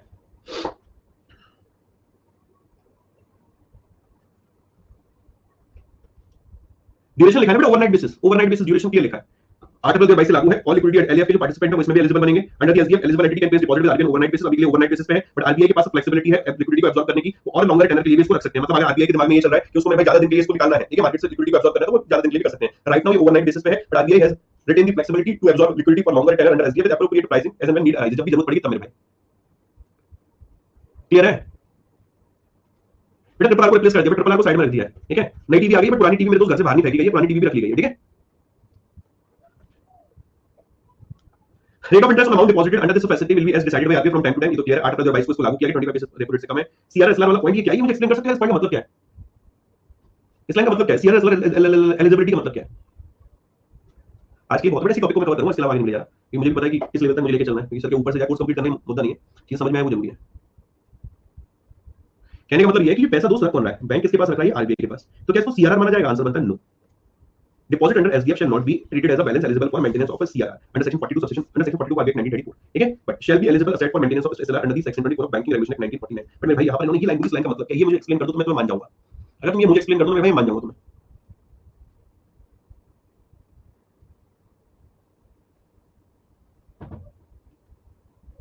अपने घर कार्य में लिख लो, इसको डिकोड करना है तुम्हें, ठीक है, इसको डिकोड करना और मुझे एक्सप्लेन करना मेरे भाई, ठीक है। नेक्स्ट क्लास में इसी से शुरुआत करूंगा कि ये सीआरआर एसएलआर एलिजिबिलिटी, जिन्होंने मेरा 5.0 4.0 देखा होगा उनको पता है, बट जो पहली दफा जुड़ रहे हैं उनको नहीं पता होगा, तो वो थोड़ा अपना ब्रेन यूज करना, ठीक है। नेक्स्ट यार, SDF operation will be conducted on RBI के प्लेटफॉर्म में बताया इकोबेर सिस्टम है, जहां पर ये एसडीएफ ऑपरेशन होते हैं, जहां पर बैंक जो सबमिट कर सकता है अपनी बिड को थ्रू इलेक्ट्रॉनिक मोड, ठीक है, बैंक अपनी बिड यहां पर सबमिट करता है, ठीक है। Overnight SDF would be operated under the STF mode. STF mode क्या होता है? 24/7 चलता है, ठीक है। स्ट्रेट थ्रू प्रोसेसिंग मोड एक ऐसी मोड है जिसमें जो भी चीजें होती है, ट्रांजैक्शन होते हैं, दोस्तों 24/7 चलते हैं। इस सीआरआर में डिपॉजिट नहीं कर सकते, बट मैं आराम से ढूंढना, मुझे बताना, ठीक है। जो मिनिमम बिड साइज का वो 1 करोड़ रुपए, 1 करोड़ रुपए से नीचे की बिड बैंक नहीं लगा सकता, यहाँ पर कम से कम 1 करोड़ रुपए की लगेगी, बट ऊपर किसी कोई लिमिट नहीं है। Minimum limit 1 crore, but maximum कोई लिमिट नहीं है एसडीएफ के तहत, okay done. SDF is designated to absorb surplus liquidity which is transient in nature reflected in the increase। Read करने वाले पॉइंट इसमें कुछ नहीं है, ये सब रीड करने वाले, इसको राइट डाउन स्किप भी कर सकते हो तुम लोग, ठीक है, इसको दिमाग नहीं लगाना तुम्हें, बस इतना कहो आई नो ये टॉपिक ऐसा है जो समझ में अभी शायद मे भी ना आया हो, बट मुझे लगता है 80% तुमने गेन कर लिया होगा। बट इसके पीछे का लॉजिक समझना है, उस लॉजिक को दिखाना, थोड़ा दिमाग में सेट करने की कोशिश करना। नहीं समझ में आएगा तो नेक्स्ट क्लास में मेरे भाई इसको मैं कवर करूंगा, ओके, एक बार फिर से, ठीक है। अब एक काम करने की कोशिश करनी है तुम्हें, छोटी सी repo rate, bank rate, reverse repo rate, MSF and SDF, इन सारी रेट को पढ़ना, क्योंकि मैं चाहता हूं ये टॉपिक इतना क्लियर हो जाए कि जब इन्फ्लेशन हम लोग पढ़ रहे हो तब मुझे कुछ भी एक्सप्लेन ना करना हो, मेरे को सिर्फ लिंक करके चलना पड़ रहा हो, मैं तब भी एक्सप्लेन करूंगा इन चीजों को, तो फिर मजा नहीं आने वाला, फिर मेरे भाई समय खराब होगा, ओके, समझ लो। अभी right now 6.25%, it is right now 6.25%, okay. Anjali एक बार एक्सप्लेन कर दो, डोंट वरी, वो बेटे को एक्सप्लेन करूंगा, मैं कौन सा जा रहा हूं, ठीक है, मैं फिर से एक्सप्लेन करूंगा, प्लीज एक बार और दिमाग अपना लगाना, इस कंटेंट को दोबारा से रीड करना, okay. Morning 7 AM current affair session पढ़ो, परसों आपको पहली वीक एमसीक्यू मिल जाएगा अपलोड, वेडनेसडे को आपको पहली वीडियो मिल जाएगी, एमसीक्यू रेडी हो चुके हैं, एक्सप्लेनेशन ऐड हुआ है मेरे इसमें, उसके बाद आपको फर्स्ट ऑफ मे को पहला वीकली एमसीक्यू मिल जाएगा, मतलब फर्स्ट ऑफ मे ये होगा कि मे महीने का पहले वीक का मिल जाएगा, उसके बाद मेरे प्रीवियस मिलेंगे, मे महीने का वेडनेसडे को पहला आपको दिख जाएगा वीडियो, ठीक है, करंट अफेयर्स की वीकली एमसीक्यू में। चलो दोबारा से इस क्लास को एक बार और सुनने की कोशिश करना, तब चीज और क्रिस्टल क्लियर होंगी, ओके। चलो bye bye, take care, Radhe Radhe.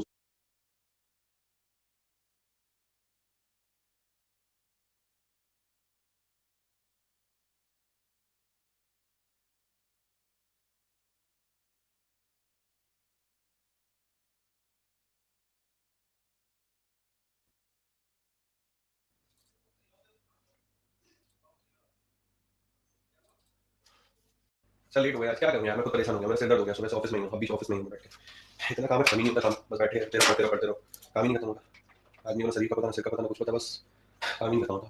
किसी दिन मन करता है छोड़ छाड़ के बस संत बन जाओ, बस हो गया बात। पीडीएफ भेज दीजिए भाई, सब भेज दूंगा, सब भेज दूंगा, ठीक है। पीडीएफ भेज दूंगा, सब भेज दूंगा, मैं भी आ जाऊंगा। अभी तक फोकस कर ले। सीआर हो गया था, सलार हो गया था, refinance facility, government security done हो गया था, ठीक है। Repo rate, reverse repo rate हो गया था, बैंक रेट हो गया था, एमएसएफ हो गया था। ओपन मार्केट ऑपरेशन करेंगे, और उससे पहले मैं एक चीज समझा देता हूं फिर दोबारा से। आवाज नहीं आ रही। प्राइवेट जॉब के लक्षण कभी कभी होती है फ्रस्ट्रेशन बहुत ज्यादा, और कभी कभी होती है, हर बार नहीं होती। क्लास का टाइम क्या है भाई? क्लास का टाइम सुबह 9:30 बजे है, 9:30 से 11 है, और पिछली 5 से 6 क्लासेस ऐसी हैं कि जो टाइम से नहीं हो पा रही हैं, ठीक है। कंटेंट पे फोकस करते हैं यार, एक्सक्यूज तो बहुत हो गई, ठीक है। कंटेंट पे फोकस करते हैं। रिवर्स रेपो रेट और ये है अपना एसडीएफ, स्टैंडिंग डिपॉजिट फैसिलिटी, ठीक है। इन दोनों में आपको थोड़ा कंफ्यूजन ये था कि यार सर इसकी जगह इसको लेकर क्यों आए, यही तो कंफ्यूजन था, यही तो कंफ्यूजन था, यही तो कंफ्यूजन है आपको कि इसकी जगह पर इसको लेकर क्यों आए हैं, यही तो दिमाग में चल रहा था।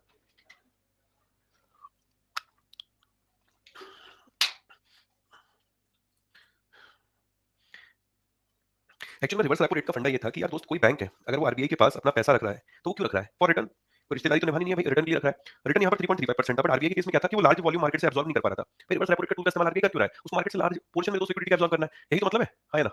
मेरे भाई लार्ज वॉल्यूम इनको मार्केट से एब्जॉर्ब करना है, वॉल्यूम एब्जॉर्ब करना है, ओके। अब मेरे भाई है क्या कि इनको यहाँ पर गवर्नमेंट सिक्योरिटी देनी पड़ती थी, तो एक लिमिट ही थी यहाँ पर, एक लिमिट तक ही फिर मार्केट से मेरे दोस्त मनी को एब्जॉर्ब कर सकते थे। इस वजह से यहाँ पर एक टूल आया जिसका नाम एसडीएफ, जिसमें बोला गया कि बैंक अब आरबीआई के पास जाएंगे, आरबीआई क्या करेगा, इनसे पैसा लेगा मेरे भाई, और इनको बदले में रिटर्न देगा, ओके। जो रिटर्न का रेट है वो यहाँ पर हाई है मेरे भाई, जैसे 6.5% आपका रेपो रेट है, तो यहाँ पर जो रेट चल रहा है ये अभी कितना चल रहा है मेरे भाई, अभी कितना है एसडीएफ में, कितना है 6.25%। तो पहली चीज तो ये थी कि इससे यहाँ तक पहुंचने के लिए इन्होंने क्या किया कि इस जो लार्ज वॉल्यूम को कवर करना था इसको लॉजिक बनाया, ओके। और दूसरा कहा कि गवर्नमेंट सिक्योरिटी का रोड़ा बन रहा था तो इसको नॉन कोलेटरल रखा। नॉन कोलेटरल मतलब अब आरबीआई को यहाँ पर बैंक को गवर्नमेंट सिक्योरिटी नहीं देनी, बस एक हाई रिटर्न देना, दिस इज 6.25%, ओके। जो कि मेरे भाई आपका बैंक जो कि आपका रेपो रेट से 0.25% कम है, ओके, 0.25% कम है, क्लियर। ये रहा था एसडीएफ। अब आते हैं यहाँ पर समझते हैं थोड़ा चीजों को। एक आता है दोस्त ओपन मार्केट ऑपरेशन। अब ये ओपन मार्केट ऑपरेशन होता क्या है? ओपन मार्केट ऑपरेशन का मतलब क्या है? खुली बाजार प्रक्रिया का मतलब क्या है? और meaning of open market operation, खुली बाजार प्रक्रिया का मतलब क्या है दोस्त? What is the meaning of open market operation, खुली बाजार प्रक्रिया? आपके अकॉर्डिंग इसको एक बार पढ़िए, फिर मेरे को एक्सप्लेन करिएगा। What is the meaning of open market operation?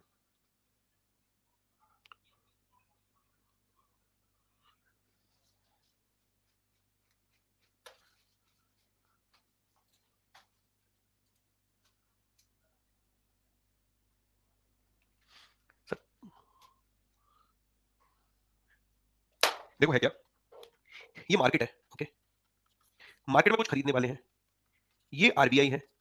RBI government of India के बिहाफ पर क्या कर रहा है? जो गवर्नमेंट सिक्योरिटीज है उनको मेरे दोस्त यहां से सेल कर रहा है, ठीक है। बात समझ में आ रही है? और इन फ्यूचर आरबीआई मार्केट में कुछ खरीद रहा है, इन्हीं सिक्योरिटी से मेरे दोस्त गवर्नमेंट सिक्योरिटी को बाद में वो परचेज कर रहा है। मतलब असल में इन इन ये व्यक्ति यहां क्या कर रहे हैं? ये व्यक्ति अपने पैसे को इन्वेस्ट कर रहे हैं, और जब ये परचेज करते हैं वापस तो इनका पैसा इनके पास आता है, और वो इनके लिए रिटर्न कहलाता है। या तो इसको इस गवर्नमेंट सिक्योरिटी पर इंटरेस्ट मिलता है, या फिर ये डिस्काउंट पे जारी की जाती है। या तो इन सिक्योरिटीज पर इनको इंटरेस्ट मिलता है, या फिर ये डिस्काउंट पर जारी की जाती है। बात समझ में आ रही है? बात क्लियर हो रही है मेरे भाई? या तो इनको इन गवर्नमेंट सिक्योरिटी पर इंटरेस्ट मिलता है, या तो फिर ये मेरे दोस्त आपकी डिस्काउंट पर जारी की जाती है। क्लियर है? इसमें कोई डाउट?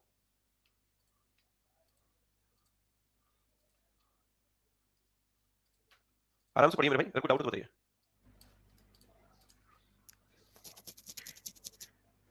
मतलब कहने का यह है कि ये गवर्नमेंट सिक्योरिटी को खरीदना और बेचने की प्रक्रिया को हम लोग बोलते हैं खुली बाजार प्रक्रिया, या फिर open market operation. Open market operation का मतलब होता है आरबीआई के द्वारा प्रतिभूतियों को खरीदना व बेचना। अब आरबीआई को जब मार्केट में मनी फ्लो को कम करना होता है तो वो सिक्योरिटीज को सेल करती है, जब मार्केट में मनी फ्लो को बढ़ाना होता है तो इन सिक्योरिटी को मेरे दोस्त परचेज करती है। पॉइंट क्लियर है? जब आरबीआई को मार्केट में मनी फ्लो को कम करना होता है तो इन सिक्योरिटीज को वो सेल करती है, और जब मार्केट में मनी फ्लो को बढ़ाना होता है इन सिक्योरिटीज को परचेज करती है। क्योंकि जब वो परचेज करेगी तो ये गवर्नमेंट सिक्योरिटी किसके पास आ गई? आरबीआई के पास। और आरबीआई बदले में इनको क्या देगा? जो इनका पैसा होगा मेरे भाई, वो पैसा इनको लौटाएगा। अभी क्या हो रहा है कि जो गवर्नमेंट सिक्योरिटीज है वो आरबीआई इनको दे रही है, और ये लोग अपना पैसा मेरे दोस्त आरबीआई के पास रख रहे हैं इस सोच के साथ, या तो इनको इस पर इंटरेस्ट मिलेगा, या फिर ये सिक्योरिटी डिस्काउंट पर इशू की गई है, बाद में जब ये वापस की जाएंगी तो ये उनकी फेस वैल्यू पे वापस से की जाएंगी। क्लियर है? डन? कोई डाउट इसमें?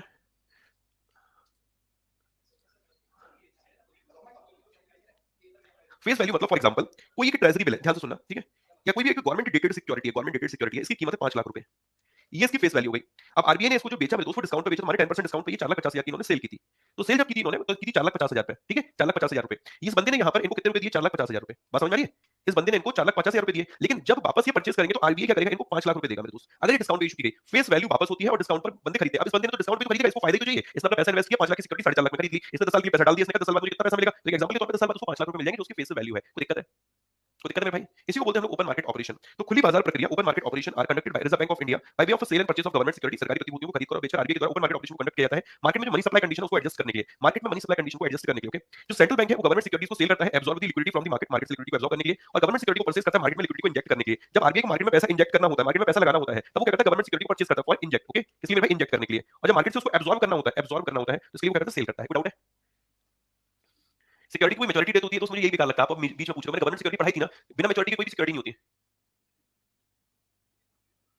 बेटा जितने भी बच्चों ने मिड से ज्वाइन किया विकास, या जितने भी बच्चे मेरे को सुन रहे हैं कृष्णा, आपको करना क्या है, मॉनेटरी पॉलिसी को अभी कट करो। आप अभी पुराने लेक्चर को खत्म करो, Indian banking system, RBI, NABARD, और फिर मॉनेटरी पॉलिसी। कोशिश करो कि जो अगला संडे आने वाला है तब तक मैं मॉनेटरी पॉलिसी चलाऊंगा मेरे भाई एक और क्लास में, तब तक आप एटलीस्ट इंडियन बैंकिंग सिस्टम और आरबीआई खत्म कर दो। ठीक है, इनको खत्म कर लो और फिर मॉनेटरी पॉलिसी पे स्विच कर जाना, उसके पहले बाकी खत्म करते रहना। ओके डन, क्लियर हो गया? ये ओपन मार्केट ऑपरेशन में कोई डाउट है?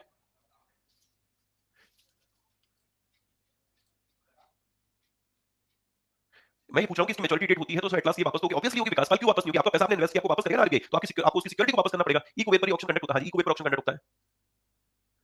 ओके, एसडीएम में लास्ट पॉइंट रहेगा तो बताऊंगा, डोंट वरी मेरे भाई।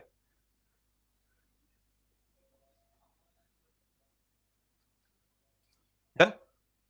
ओके, नेक्स्ट आते हैं हम लोग मार्केट स्टेबलाइजेशन स्कीम पे। ओके, एमएसएस, इसको पढ़िए जरा तसल्ली से पढ़िएगा।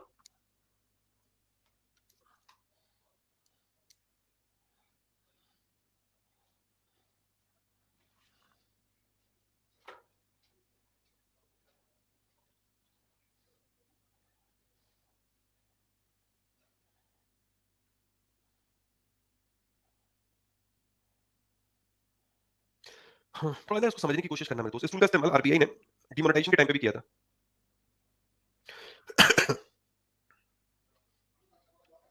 डन, जरा समझना, मार्केट में अगर ओवर लिक्विडिटी होगी, ध्यान से सुनना, अगर मार्केट में ओवर लिक्विडिटी होगी तो लाइन का मतलब क्या वो समझ में आना चाहिए। मार्केट में अगर मनी फ्लो ज्यादा है, पैसा ज्यादा है, ओवर लिक्विडिटी अगर ज्यादा है, ठीक है, उस केस में आप अगर आरबीआई के गवर्नर हो तो क्या करोगे, मुझे बताओ।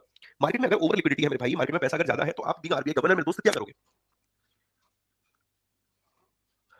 आराम से सोचिए मेरे भाई, बताइए मुझे। रेपो रेट इंक्रीज करेंगे in context of government security, in context of government security, government security के केस में क्या करोगे? सरकारी प्रतिभूति का इस्तेमाल कैसे करोगे?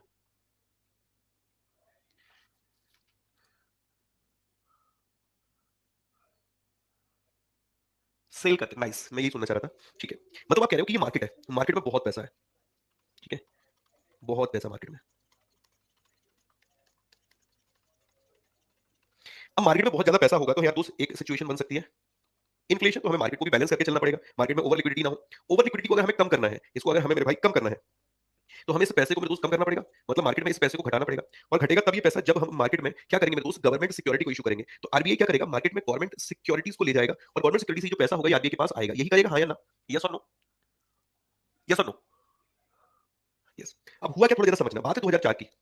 मार्केट में क्या हुआ था, बहुत सारे विदेशी निवेशक, फॉरेन इन्वेस्टर हैं, इन्होंने इन्वेस्ट करना स्टार्ट किया, मार्केट में इन्वेस्ट किया, पैसा भारत में आया। अब पैसा भारत में आया तो मेरे दोस्त रुपए की फॉर्म में आएगा पैसा, बस भाई भारत में इन्वेस्टमेंट होगा। ठीक है, अब मार्केट में क्या हुआ, ओवर लिक्विडिटी होने लगी, तो आरबीआई एक टूल लेकर आया और उस टूल का नाम था मार्केट स्टेबलाइजेशन स्कीम, मार्केट को स्टेबलाइज करने की योजना। क्या सुनिएगा, जब 2004 में फॉरेन इन्वेस्टर्स ने इन्वेस्ट करना स्टार्ट किया तो मार्केट में क्या हुआ, ज्यादा इन्वेस्टमेंट आया, ओवर लिक्विडिटी हो गई। अब ओवर लिक्विडिटी हो गई तो ऐसे में हमें इन्फ्लेशन को ध्यान में रखते हुए आरबीआई एक नया टूल लेकर आता है 2004 में, और इसका नाम है मार्केट स्टेबलाइजेशन स्कीम। इसके तहत इन्होंने क्या किया कि एक बॉन्ड मार्केट में जारी किया, जो ये गवर्नमेंट सिक्योरिटी है, इसको बॉन्ड को नाम दिया मार्केट स्टेबलाइजेशन स्कीम बॉन्ड, और इस बॉन्ड के माध्यम से इस मनी को मेरे दोस्त एब्सॉर्ब इन्होंने किया था। बात समझ में आई?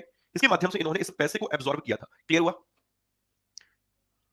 अब आप कहोगे अगर हमारे पास sir already open market operation था तो फिर हम एमएसएस में क्यों सिक्योरिटी को सेल कर रहे हैं? आपके दिमाग में ये वाली बात आई कि नहीं आ रही है? किसी के दिमाग में तो आई नहीं।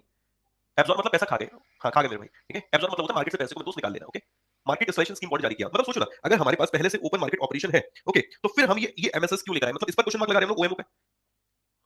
ओएमओ और एमएसएस में डिफरेंस क्या है, वही तो मैं जानना चाह रहा हूं। तुम्हारे दिमाग में ये सवाल आ रहा है कि नहीं आ रहा कि सर जब हमारे पास ओपन मार्केट ऑपरेशन था तो हम लोग इसी में सिक्योरिटीज को इशू कर सकते थे, फिर हमें मार्केट इंस्टॉलेशन स्कीम लाने का मतलब क्या रहा, ऐसा करने का लॉजिक क्या रहा? अब इसको थोड़ा समझते हैं, पहले तो मैं इसको फिर दोबारा से एक्सप्लेन करता हूं, समझने की कोशिश करना कि मैं कहना क्या चाह रहा हूं। मैं यहां पर ये कहना चाह रहा हूं कि जैसे रिजर्व बैंक ऑफ इंडिया है, इसको पता है कि अगर मार्केट में ओवर लिक्विडिटी होगी, पैसा ज्यादा होगा, तो निश्चित तौर पे आरबीआई को इसके लिए काम करना पड़ेगा, क्योंकि ओवर लिक्विडिटी होगी तो मेरे इन्फ्लेशन आएगा, और इन्फ्लेशन आने का मतलब है कि देश की स्थिति बेहतर ना होना। ओके, अब इन्होंने क्या कहा कि जब जैसे ही फॉरेन इन्वेस्टर्स ने इन्वेस्ट करना स्टार्ट किया इंडिया में, तो मेरे भाई जो ये इन्वेस्टमेंट आया, इससे ओवर लिक्विडिटी हुई, और इस लिक्विडिटी को एब्सॉर्ब करने के लिए आरबीआई ने इस टूल का इस्तेमाल किया, मार्केट इंस्टॉलेशन स्कीम के तहत इन्होंने एक बॉन्ड जारी कर दिया, जिससे वो पैसा मेरे दोस्त आरबीआई के हाथ में आ गया था और मार्केट से ओवर लिक्विडिटी कम हो गई थी। बट ऐसा करने के पीछे का रीजन क्या, रीजन ये है, open market operation long term के लिए, यहां 40 साल तक के लिए भी सिक्योरिटीज को जारी किया जा रहा है। मेरी बात समझ लो, 40 ईयर तक के लिए भी यहां पर सिक्योरिटीज को जारी किया जा रहा है। बट आरबीआई को शॉर्ट टर्म में मनी फ्लो को एब्सॉर्ब करना था, शॉर्ट टर्म के लिए मार्केट, भाई ये शॉर्ट टर्म के लिए तो आया ना, ये ओवर लिक्विडिटी मेरे दोस्त शॉर्ट टर्म के लिए तो हुई है ना।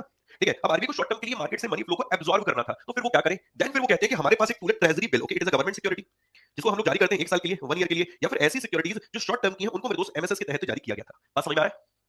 OMO basically for a long term, okay.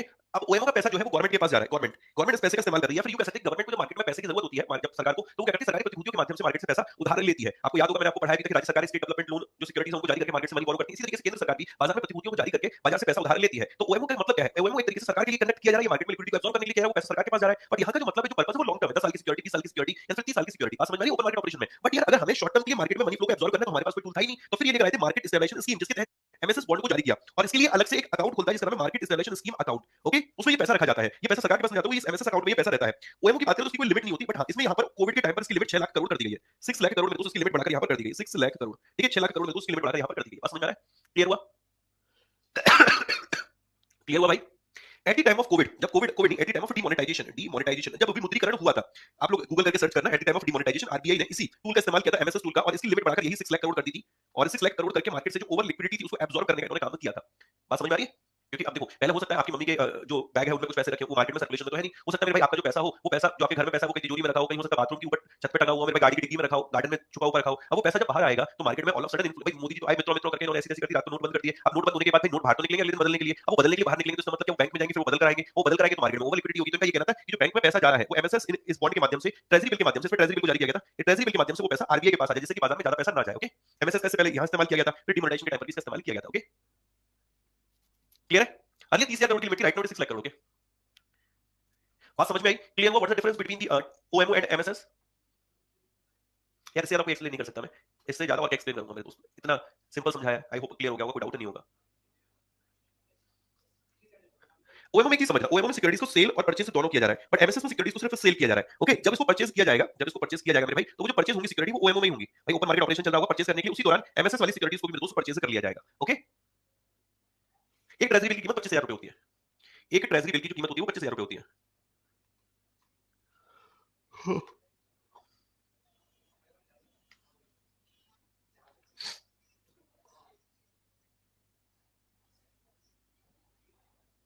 Done. Sir एक ट्रेजरी बिल क्या है? गवर्नमेंट सिक्योरिटी, सरकार की प्रतिभूति।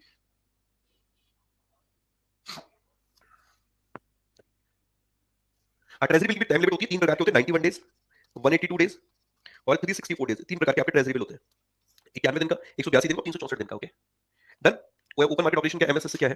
अब आते हैं हम लोग यहाँ पर मॉनेटरी पॉलिसी कमेटी पे, इसको एक बार मेरे भाई पढ़िए, जैसे होता है डन मेरे भाई, मेरे को बताना है सर लिख के, ठीक है।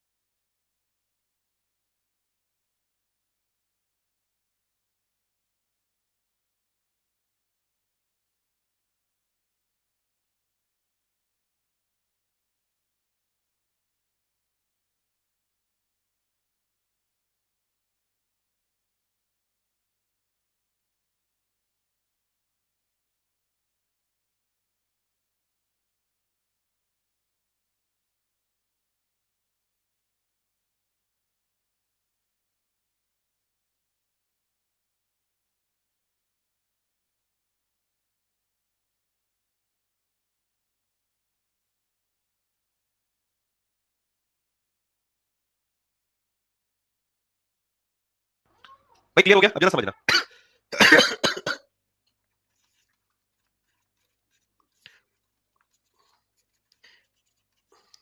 ये मेरे दोस्त आरबीआई के गवर्नर, ओके, दास साहब। पहले इनके पास होल सोल रेस्पॉन्सिबिलिटी होती थी, एमके सागर की जगह राजीव रंजन है शायद, बेटा अभी काट दे इसको, लिख दे, ठीक है, लिख काट दे, सब काट दे, अभी मैं एक्सप्लेन करूंगा तो मैं काट देता, ठीक है। यहाँ पर आरबीआई के गवर्नर जो शक्तिकांत दास साहब है, पहले इनके पास मेरे दोस्त पावर होती थी, यही डिसाइड करते थे कि पॉलिसी रेपो रेट मेरे दोस्त क्या रहेगा। बट यार दोस्त इन पावर्स को थोड़ा सरकार की तरफ भी झुकाया गया, ओके। अब कहा गया कि कोई इकलौता बंदा डिसाइड नहीं करेगा, अब एक कमेटी डिसाइड करेगी, और उस कमेटी में टोटल मिलाकर सदस्य होंगे 6। इस कमेटी को किस लिए बनाया गया? मॉनेटरी पॉलिसी के लिए बनाया गया, तो इस कमेटी का नाम पड़ गया मॉनेटरी पॉलिसी कमेटी, ओके। अब मॉनेटरी पॉलिसी कमेटी में कितने सदस्य हो गए? तो टोटल 6 हो गए, जिसमें 3 हो गए आरबीआई के और 3 हो गए गवर्नमेंट ऑफ इंडिया के, 3 हो गए दोस्त आरबीआई के और 3 हो गए यहाँ पर गवर्नमेंट ऑफ इंडिया के। यहाँ तक कोई दिक्कत? यहाँ तक कोई दिक्कत मेरे भाई? तो मॉनेटरी पॉलिसी कमेटी अब रेस्पॉन्सिबल है इंटरेस्ट रेट्स को फिक्स करने के लिए, जिसका नाम है पॉलिसी रेपो रेट, ओके। अब ये जो मॉनेटरी पॉलिसी कमेटी में 3 मेंबर आरबीआई के आते हैं, उसमें एक होते हैं गवर्नर साहब, एक है डेप्यूटी गवर्नर और एक है एग्जीक्यूटिव डायरेक्टर। एक हुए गवर्नर साहब, ओके, जो कि चेयरपर्सन रहते हैं, governor of reserve bank of India, वो इस मॉनेटरी पॉलिसी के चेयरपर्सन रहेंगे मेरे भाई, ओके। डेप्यूटी गवर्नर हो गए जो कि मॉनेटरी पॉलिसी के इंचार्ज रहेंगे, इंचार्ज। एग्जीक्यूटिव डायरेक्टर हो गए, वो यहाँ पर मेंबर होंगे, ओके। अभी गवर्नर कौन है? शक्तिकांत दास साहब। और मेरे दोस्त डेप्यूटी गवर्नर कौन है? माइकल देव पत्रा, जो इसके इंचार्ज है। 4 डेप्यूटी गवर्नर में से माइकल देव पत्रा, और जो एग्जीक्यूटिव डायरेक्टर उनका नाम है राजीव रंजन। ओके, राजीव रंजन, ठीक है। 3 जो गवर्नमेंट ऑफ इंडिया के पर्सन होते हैं उनका टेनर होता है 4 साल का, और इनका रीअपॉइंटमेंट नहीं होता है, रीअपॉइंटमेंट नहीं होता। अब ये जो 3 पर्सन है, इन 3 पर्सन के नाम है आशिमा गोयल, आशिमा गोयल, ओके, शशांक भिड़े, शशांक भिड़े, और तीसरे मेरे भाई हैं जयंत, जयंत वर्मा। क्लियर है? बड़े प्यार से पढ़ा रहा हूं बेटा, समझना चीजों को, ठीक है।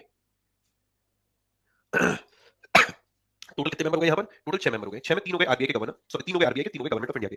जो आरबीआई के वो शक्तिकांत दास साहब जो चेयरपर्सन है, डेप्यूटी गवर्नर माइकल देव पत्र, राजीव रंजन एग्जीक्यूटिव डायरेक्टर, वो 3 मेंबर, मतलब 3 आरबीआई के मेंबर, 3 गवर्नमेंट ऑफ इंडिया के। जो गवर्नमेंट ऑफ इंडिया के मेंबर है आशिमा गोयल, शशांक भिड़े, जयंत वर्मा, इनका 4 साल का टेनर है। 4 साल का टेनर कंप्लीट होगा, फिर नए 4 आएंगे, इनका रीअपॉइंटमेंट फिर से दोबारा से नहीं होगा। मॉनेटरी पॉलिसी जो कमेटी होती है, मॉनेटरी पॉलिसी कमेटी की मीटिंग आपको पता है कितनी होती है एटलीस्ट एक फाइनेंशियल ईयर में? एटलीस्ट कितनी मीटिंग होती है मेरे भाई? एटलीस्ट कितनी मीटिंग होती है?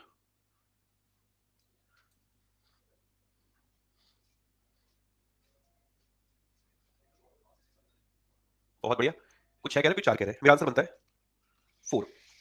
ओके, जो मॉनेटरी पॉलिसी कमेटी होती है उसको एटलीस्ट हर एक क्वार्टर में एक मीटिंग तो करनी है, ठीक है, ये मीटिंग। दूसरा, monetary policy committee monetary policy का रिव्यू, रिव्यू साल में कितनी बार करती है? तो आंसर बनता है 6 बार। हर 2 महीने पे करती है, अप्रैल में होगा, फिर अप्रैल के बाद जून में होगा, फिर अगस्त में होगा, फिर अक्टूबर में होगा, फिर दिसंबर में होगा, फिर फरवरी में होगा। इसलिए हम लोग बोलते हैं इसको bimonthly monetary policy review. क्या बोलते हैं? Bimonthly monetary policy review. बात समझ में आ रही है? ये दोनों लाइन क्लियर हुई? ये दोनों लाइन क्लियर हुई? अब तो गड़बड़ कर देते काफी लोग, जिन्होंने सेशन को नहीं देखा होता, वो एग्जाम में 6 टिक करके आते हैं।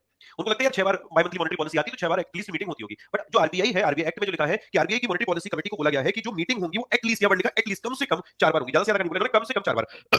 और monetary policy committee monetary policy review करेगी वो 6 बार करेगी, अप्रैल में, फिर उसके बाद जून में, फिर अगस्त में, अक्टूबर में, दिसंबर में और फरवरी में। यानी कि अब जो है अप्रैल की आ चुकी है, ये मैं आपको पढ़ाऊंगा करंट अफेयर में, ठीक है। अब जून का आना बाकी है, मतलब नेक्स्ट मंथ में आपको देखने को मिलेगा। यही मॉनेटरी पॉलिसी कमेटी है, इसी दौरान मेरे दोस्त इस पॉलिसी रेपो रेट में परिवर्तन किया जाएगा कि नहीं किया जाएगा इसका डिसाइड करती है। ओके, कोई दिक्कत? कोई दिक्कत मेरे भाई? जो मेंबर होता है, हर एक मेंबर का एक वोट होता है मॉनेटरी पॉलिसी में, एक वोट। अब घर में मेरे दोस्त सूजी के गोलगप्पे आएंगे कि आटे के गोलगप्पे आएंगे, तो घर में 6 सदस्य हैं, 6 सदस्यों के अपने अपने एक वोट है मेरे भाई। अब 6 सदस्यों में अगर टाई हो गया, 3 कह रहे हैं सूजी के गोलगप्पे, 3 कह रहे हैं आटे के गोलगप्पे आएंगे, तो बताओ किसकी बात मानी जाएगी मेरे भाई? 6 लोग हैं आपके घर में और मैं 3 लोग कहते हैं सूजी के गोलगप्पे आएंगे, थोड़ी देर के लिए समझो, 3 लोग कहते हैं मोमोज आएंगे मेरे भाई, वेज मोमोज, 3 लोग कहते हैं पनीर मोमोज आएंगे, नॉनवेज अपन खाता नहीं, उसकी बात करेगा नहीं, तो बताइए मेरे भाई कौन से आएंगे? फिर किसकी बात को माना जाए? तो उस केस में कहा गया कि जो आरबीआई के गवर्नर साहब होंगे, each member of monetary policy committee has one vote. Okay, और अगर मेरे दोस्त इक्वलिटी रहती है वोट की, 3-3 से बराबर रहते हैं, तो गवर्नर हैज अ सेकंड और कास्टिंग वोट। मेरे भाई जो फिर गवर्नर साहब होंगे इनके पास होगा second and casting vote. Okay, क्या होगा मेरे भाई? Second and casting vote. Clear है? Okay, done.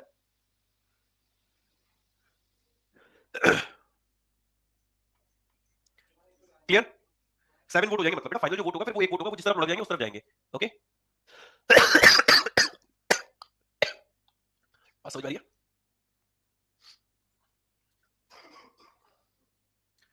आप वो फैसला करेंगे, आप वो फैसला करेंगे मेरे भाई।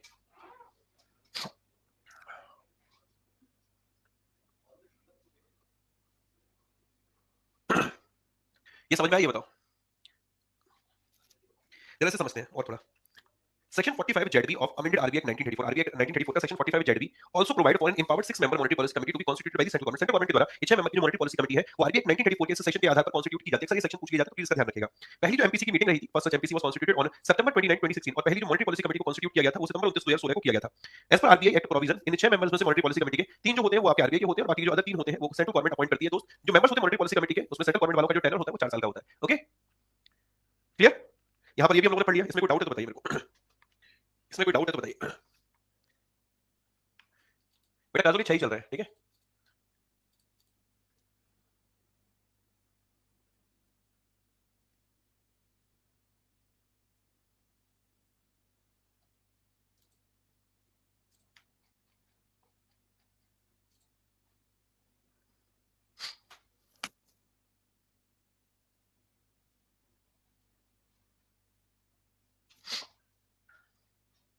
एग्जाम में क्वेश्चन आया था जो मिनट होते हैं, okay, minutes of MPC meeting, क्या मीटिंग में क्या हुआ, ये तो आपकी मॉनेटरी पॉलिसी कमेटी आई उसने बता दिया, मैं दोस्त रिव्यू कर दिया, वो बता दिया क्या क्या चेंजेस किए गए, बट उसकी जो कंप्लीट डिटेलिंग होती है मॉनेटरी पॉलिसी कमेटी की मीटिंग की मिनट्स, वो कब जारी की जाती है? ये क्वेश्चन एग्जाम में आया था रिसेंटली, कब जारी की जाती है?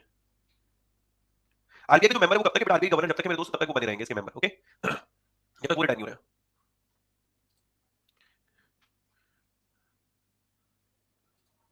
Sir financial year the following day, nice nice try. उसमें लिखिएगा on the 14th day after every meeting of monetary policy committee, on the 14th day, okay, on the 14th day after every monetary policy committee meeting. Okay, तो जो meeting के minutes जारी किए जाते हैं वो मेरे दोस्त कब किए जाते हैं? On the 14th day after every monetary policy committee meeting. Okay, done.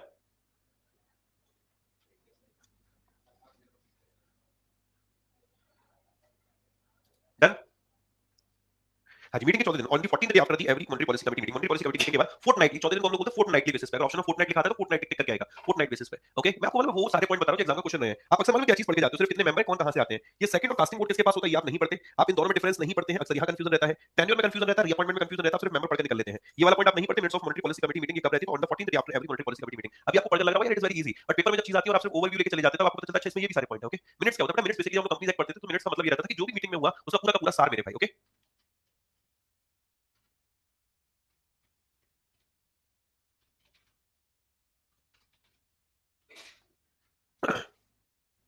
देखो मिनट्स मीटिंग आता है official record of what decision were made. जो भी डिसीजन मेरे दोस्त लिए गए उनके ऑफिशियल रिकॉर्ड को बोलते हैं मीटिंग मिनट्स। ओके, बात समझ में आ गई?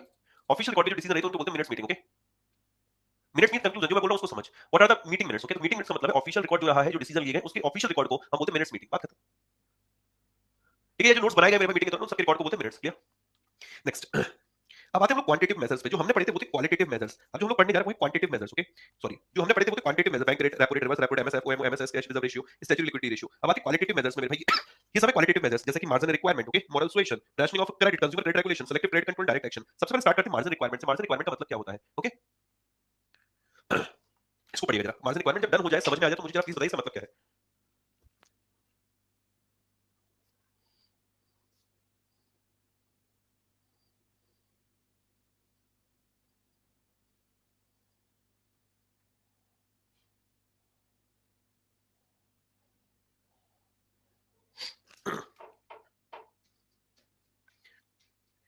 जरा समझना मार्जिन रिक्वायरमेंट का मतलब क्या है।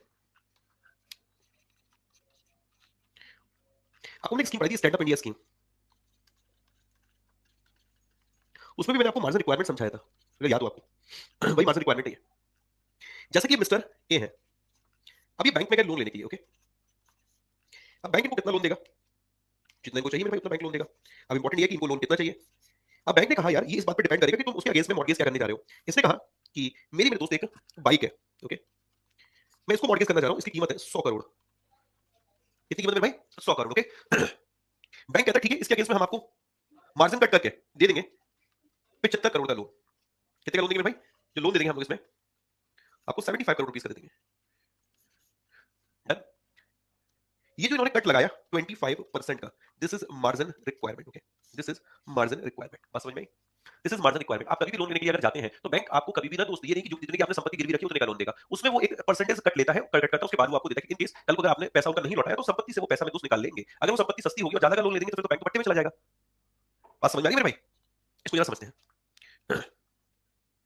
Margin requirement refers to difference between current value of a security offered for loan. Okay, current value of a security offered for a loan. Okay, called collateral and the value of loan granted. तो जो loan grant किया गया, जो loan दिया गया है उसका और जो करंट वैल्यू है सिक्योरिटी के उसके बीच के डिफरेंस को हम लोग बोलते हैं मार्जिन रिक्वायरमेंट। ओके, उसके बीच के डिफरेंस को हम लोग बोलते हैं मार्जिन रिक्वायरमेंट। ओके, बात समझ में आ रही है? बात क्लियर हो गई? It is a qualitative method of credit control. अब भाई अगर ज्यादा वो मार्जिन रिक्वायरमेंट कर देंगे तो मार्केट में मनी फ्लो कम हो जाएगा, कम कर देंगे तो मार्केट में मनी फ्लो ज्यादा हो जाएगा। तो ये क्वालिटेटिव मेथड है क्रेडिट कंट्रोल करने का by the central bank in order to stabilise the economy from inflation और डिफ्लेशन। ओके, इन्फ्लेशन महंगाई या मंदी के दौर में, मेरे भाई डिफ्लेशन को भी मंदी समझ लीजिए, इस दौर में मार्केट में मनी फ्लो कंट्रोल करने के लिए आरबीआई का ये क्वालिटेटिव मेथड है, क्वालिटेटिव मेथड। ओके,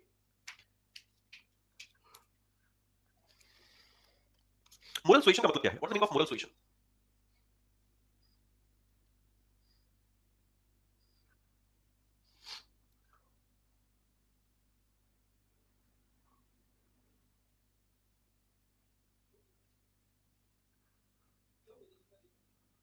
आराम से मेरे भाई देखिए ना, मोरल सुएशन का मतलब क्या है?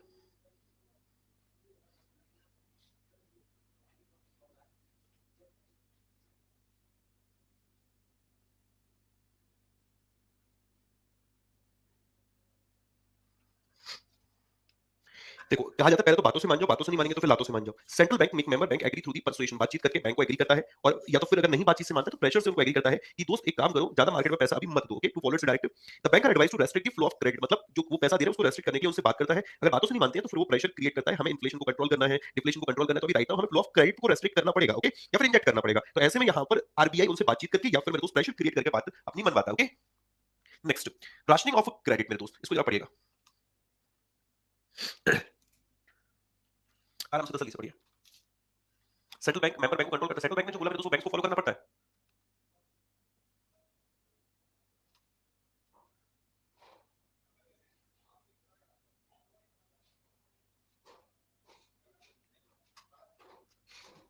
राशनिंग ऑफ क्रेडिट का मतलब है fixation of credit quotas for different business activity.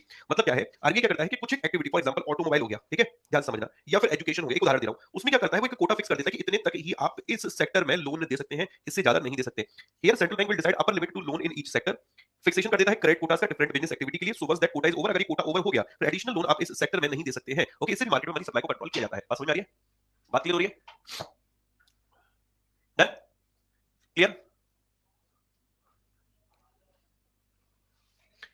हमें पता है कि इस सेक्टर में अगर ज्यादा लोन देंगे तो कहीं ना कहीं मार्केट में ओवर लिक्विडिटी आएगी, तो ऐसे में कहीं ना कहीं दोस्त इसको रेस्ट्रिक्ट करने का काम कर रहे हैं। Consumer credit regulation. Consumer credit regulation का मतलब क्या है, इसको जरा समझना ध्यान से। जैसे कोई मिस्टर ए है, ओके, ये बैंक से लोन लेने के लिए गए। अब बैंक क्या कह रहा है इनको देते टाइम लोन, बैंक इनको कह रहा है, ध्यान से सुनना, मिस्टर ए है, ये लोन लेने के लिए किसके पास गए, ये बैंक के पास गए, ओके, ठीक है। अब बैंक कहता है कि फॉर एग्जांपल इनको कोई लोन चाहिए, तो बैंक कहता है उसमें कि इसका इंस्टॉलमेंट जो मतलब डाउन पेमेंट है वो आपका 1 लाख रुपए है, ठीक है। अब ये बंदा कहता है मिस्टर ए, यार मेरे पास तो 10,000 ही है डाउन पेमेंट देने के लिए, बाकी मैं किस्त लेना चाहता हूं, तो क्या फिर वो इस लोन को अवेल कर पाएगा? बताइए, क्या वो इस लोन को अवेल कर पाएगा मेरे भाई? मतलब मिस्टर ए है, वो लोन लेने के लिए बैंक के पास जाते हैं, बैंक कहता है कि आपको लोन चाहिए, सर डाउन पेमेंट आपको करना पड़ेगा 1 लाख रुपए, देन फिर हम आपका बाकी का इंस्टॉलमेंट बना देंगे। और मेरे दोस्त हुआ क्या, मिस्टर ए कहते हैं कि मेरे पास 1,000 10,000 रुपए डाउन पेमेंट के लिए, मैं 10,000 ही सोच के आया था कि 10,000 डाउन पेमेंट कर दूंगा, बाकी का मेरा क्या होगा, किस्त बन जाएगी। तो क्या मेरे दोस्त ये लोन ले पाएगा? नहीं ले पाएगा। तो consumer credit refers to loan taken by people for purchase of goods and services. अब मिस्टर ए को हो सकता है मेरे दोस्त कोई बाइक खरीदनी हो सकता है अपनी वाइफ के लिए रिंग खरीदनी हो, या फिर हो सकता है गर्लफ्रेंड के लिए मेरे दोस्त कोई ड्रेस खरीदनी हो, ठीक है, क्लियर है मेरे दोस्त? अब मिस्टर ए कह रहे हैं कि हम परचेज करना चाहते हैं कुछ गुड्स और सर्विसेज, उसके लिए हमें पैसे की जरूरत है, हम 10,000 डाउन पेमेंट करेंगे। बट मेरे दोस्त इनके कोई गाना सुना, दिल के अरमां आंसू में बह गए, एक मिली वो भी अब चली गई, बैंक तूने ये सही नहीं किया। समझ रहे हो मेरे भाई, समझ रहे हो? ठीक है, तो ऐसी स्थिति में फिर कान किसी के दिक्कत तो नहीं देगा मेरे भाई, इतने मधुर संगीत को सुन के, ओके। तो ऐसे में मिस्टर ए के मेरे दोस्त दिल टूट के आरबीआई टूल का इस्तेमाल करता है जब उसको मार्केट में मनी फ्लो को कंट्रोल करना होता है। इसका दूसरा भी एक तरीका ये है, आरबीआई कह रहा है चलो ठीक है डाउन पेमेंट हम 10,000 कर देते हैं, आपके जो किस्त होंगी वो किस्त 15,000 रुपए पर मंथ बना देते हैं, ध्यान से समझना, ठीक है। अब मिस्टर ए कह रहा है कि जेब में नहीं है दाने अम्मा चली भुनाने वाला हिसाब है मेरे भाई, हमारी सैलरी ही 15,000 है, पूरी सैलरी 15,000 हमारी किस्तों में चली जाएगी, तो हम खाएंगे क्या मेरे दोस्त, ओके। तो ऐसे में फिर आरबीआई और तरीके से रेगुलेट करता है, या तो फिर डाउन पेमेंट बढ़ाकर, या तो फिर मेरे दोस्त इंस्टॉलमेंट की बढ़ाकर। तो RBI regulated total volume of credit, समझ रहे हो, that may be extended to customer by commercial bank and fix a minimum time period for repayment और इंक्रीज द डाउन पेमेंट। अब ये भी तो हो सकता है उन्होंने ये कह दिया कि आप ये लोन ले रहे हो 5 लाख रुपए का, ये आपको 12 महीने के भीतर चुकाना होगा। अब यार हो क्या 12 महीने के भीतर तो मैं कभी भी नहीं चुका पाऊंगा, तो जो मिनिमम टाइम पीरियड है उसको फिक्स कर दिया जाता है रीपेमेंट के लिए, फिर डाउन पेमेंट है इसको इंक्रीज कर दिया जाता है फ्लो ऑफ मनी को कंट्रोल करने के लिए, ओके, क्लियर है? जेठालाल जैसा गए सर आप, हाँ जेठालाल ही है मेरे भाई, आज के टाइम में जिंदगी में सब जेठालाल ही है मेरे दोस्त। अपनी थाली में जो परोसा हुआ लोगों को अच्छा लगता ही नहीं है, और अपनी थाली खूबसूरत है उसके बाद भी नहीं अच्छा लगता उनको मेरे भाई, हमेशा दिमाग में बबीता बबीता बबीता चलती रहती है, बबीता जी बबीता जी, अरे बबीता जी, अरे बबीता जी, अरे बबीता जी, अरे बबीता जी। हाँ, वो तो ये सीधा साधा पड़ जाता है मेरे भाई, तो जेठालाल को तो उड़ा दे सीधा पड़ जाता है वो।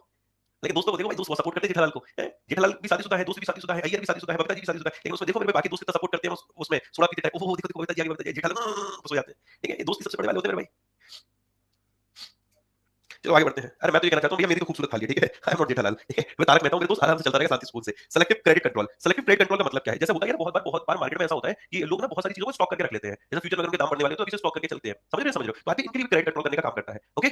Selective credit control is a tool in the hands of RBI to restrict bank finance against sensitive commodities. अभी सेंसिटिव कमोडिटीज जैसे कि रॉ कॉटन हो गया, कपास हो गया, शुगर में लोग चीनी को स्टॉक करके रख लेते हैं, स्टॉक करेंगे मार्केट में भाई चीनी नहीं होगी तो फिर क्या करेंगे, वो बाद में जब उसके दाम बढ़ेंगे तो वो मेरे दोस्त उसको खरीदना मतलब बेचना शुरू करेंगे, और अभी से क्या करेंगे खरीदना शुरू कर देंगे। तो फ्लो ऑफ क्रेडिट को कंट्रोल करने के लिए आप इन आरबीआई सेंसिटिव कमोडिटीज के अगेंस्ट जो फाइनेंस होता है, बैंक फाइनेंस होता है, उसको रेस्ट्रिक्ट कर देता है, ओके, क्लियर? डायरेक्ट एक्शन क्या है? डायरेक्ट एक्शन ये है कि पिताजी ने बोला बेटा इतना याद रखना कि जो मैं नहीं कर पाया वो मैं तुम्हें करने नहीं दूंगा, नहीं दूंगा, नहीं दूंगा, नहीं दूंगा।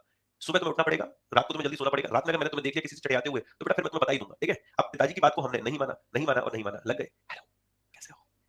मैं बढ़िया, तुम कैसे हो? अरे बहुत बढ़िया, बाबू दर्द हो रहा है, ओ दर्द हो रहा है, मैं फूंक मारता हूँ, दर्द ठीक हो गया। पिताजी ने पीछे सुन लिया, अब पिताजी ने जो दर्द दिया मेरे भाई, समझ रहे हो? Direct action. पिताजी ने बोला मेरे भाई भाई मान जाओ, सुधर जाओ, मोरल सुजेशन दे रहे हैं, समझा रहे हैं, बता रहे हैं, बेटा मत करो, कुछ नहीं लिखा, ये खत लिखकर मेरे दोस्त ये कोई फायदा नहीं है, इसको तुम लिखोगे किसी और को पढ़ेगा कोई और, जाएगा किसी और के पास रखेगा कोई और इसलिए इस खत को मत लिखो। पिताजी ने अपना अनुभव शेयर किया, लेकिन जो छोरा था मेरे भाई मानने वाला नहीं था, नहीं पिताजी मैं भी खत लिखवाना चाहता हूँ, लिखवा लिया खत मेरे भाई, पिताजी ने उसकी इनकी खत्म कर दी, समझ रहे हो? तो डायरेक्ट मान लो तो ठीक है, नहीं डायरेक्ट मानोगे तो माननी तो पड़ेगी। बाप है मेरे भाई, आरबीआई डायरेक्ट एक्शन ले लेगा, बैंक नहीं सुनना रेस्ट्रिक्शन लगा देगा। बहुत बार सुना होगा आपने, बैंक आरबीआई की बात अगर नहीं मानते तो आरबीआई में पेनल्टी इंपोज कर देती है। This method is adopted when some commercial bank do not cooperate with the central bank in controlling for the credit, okay done.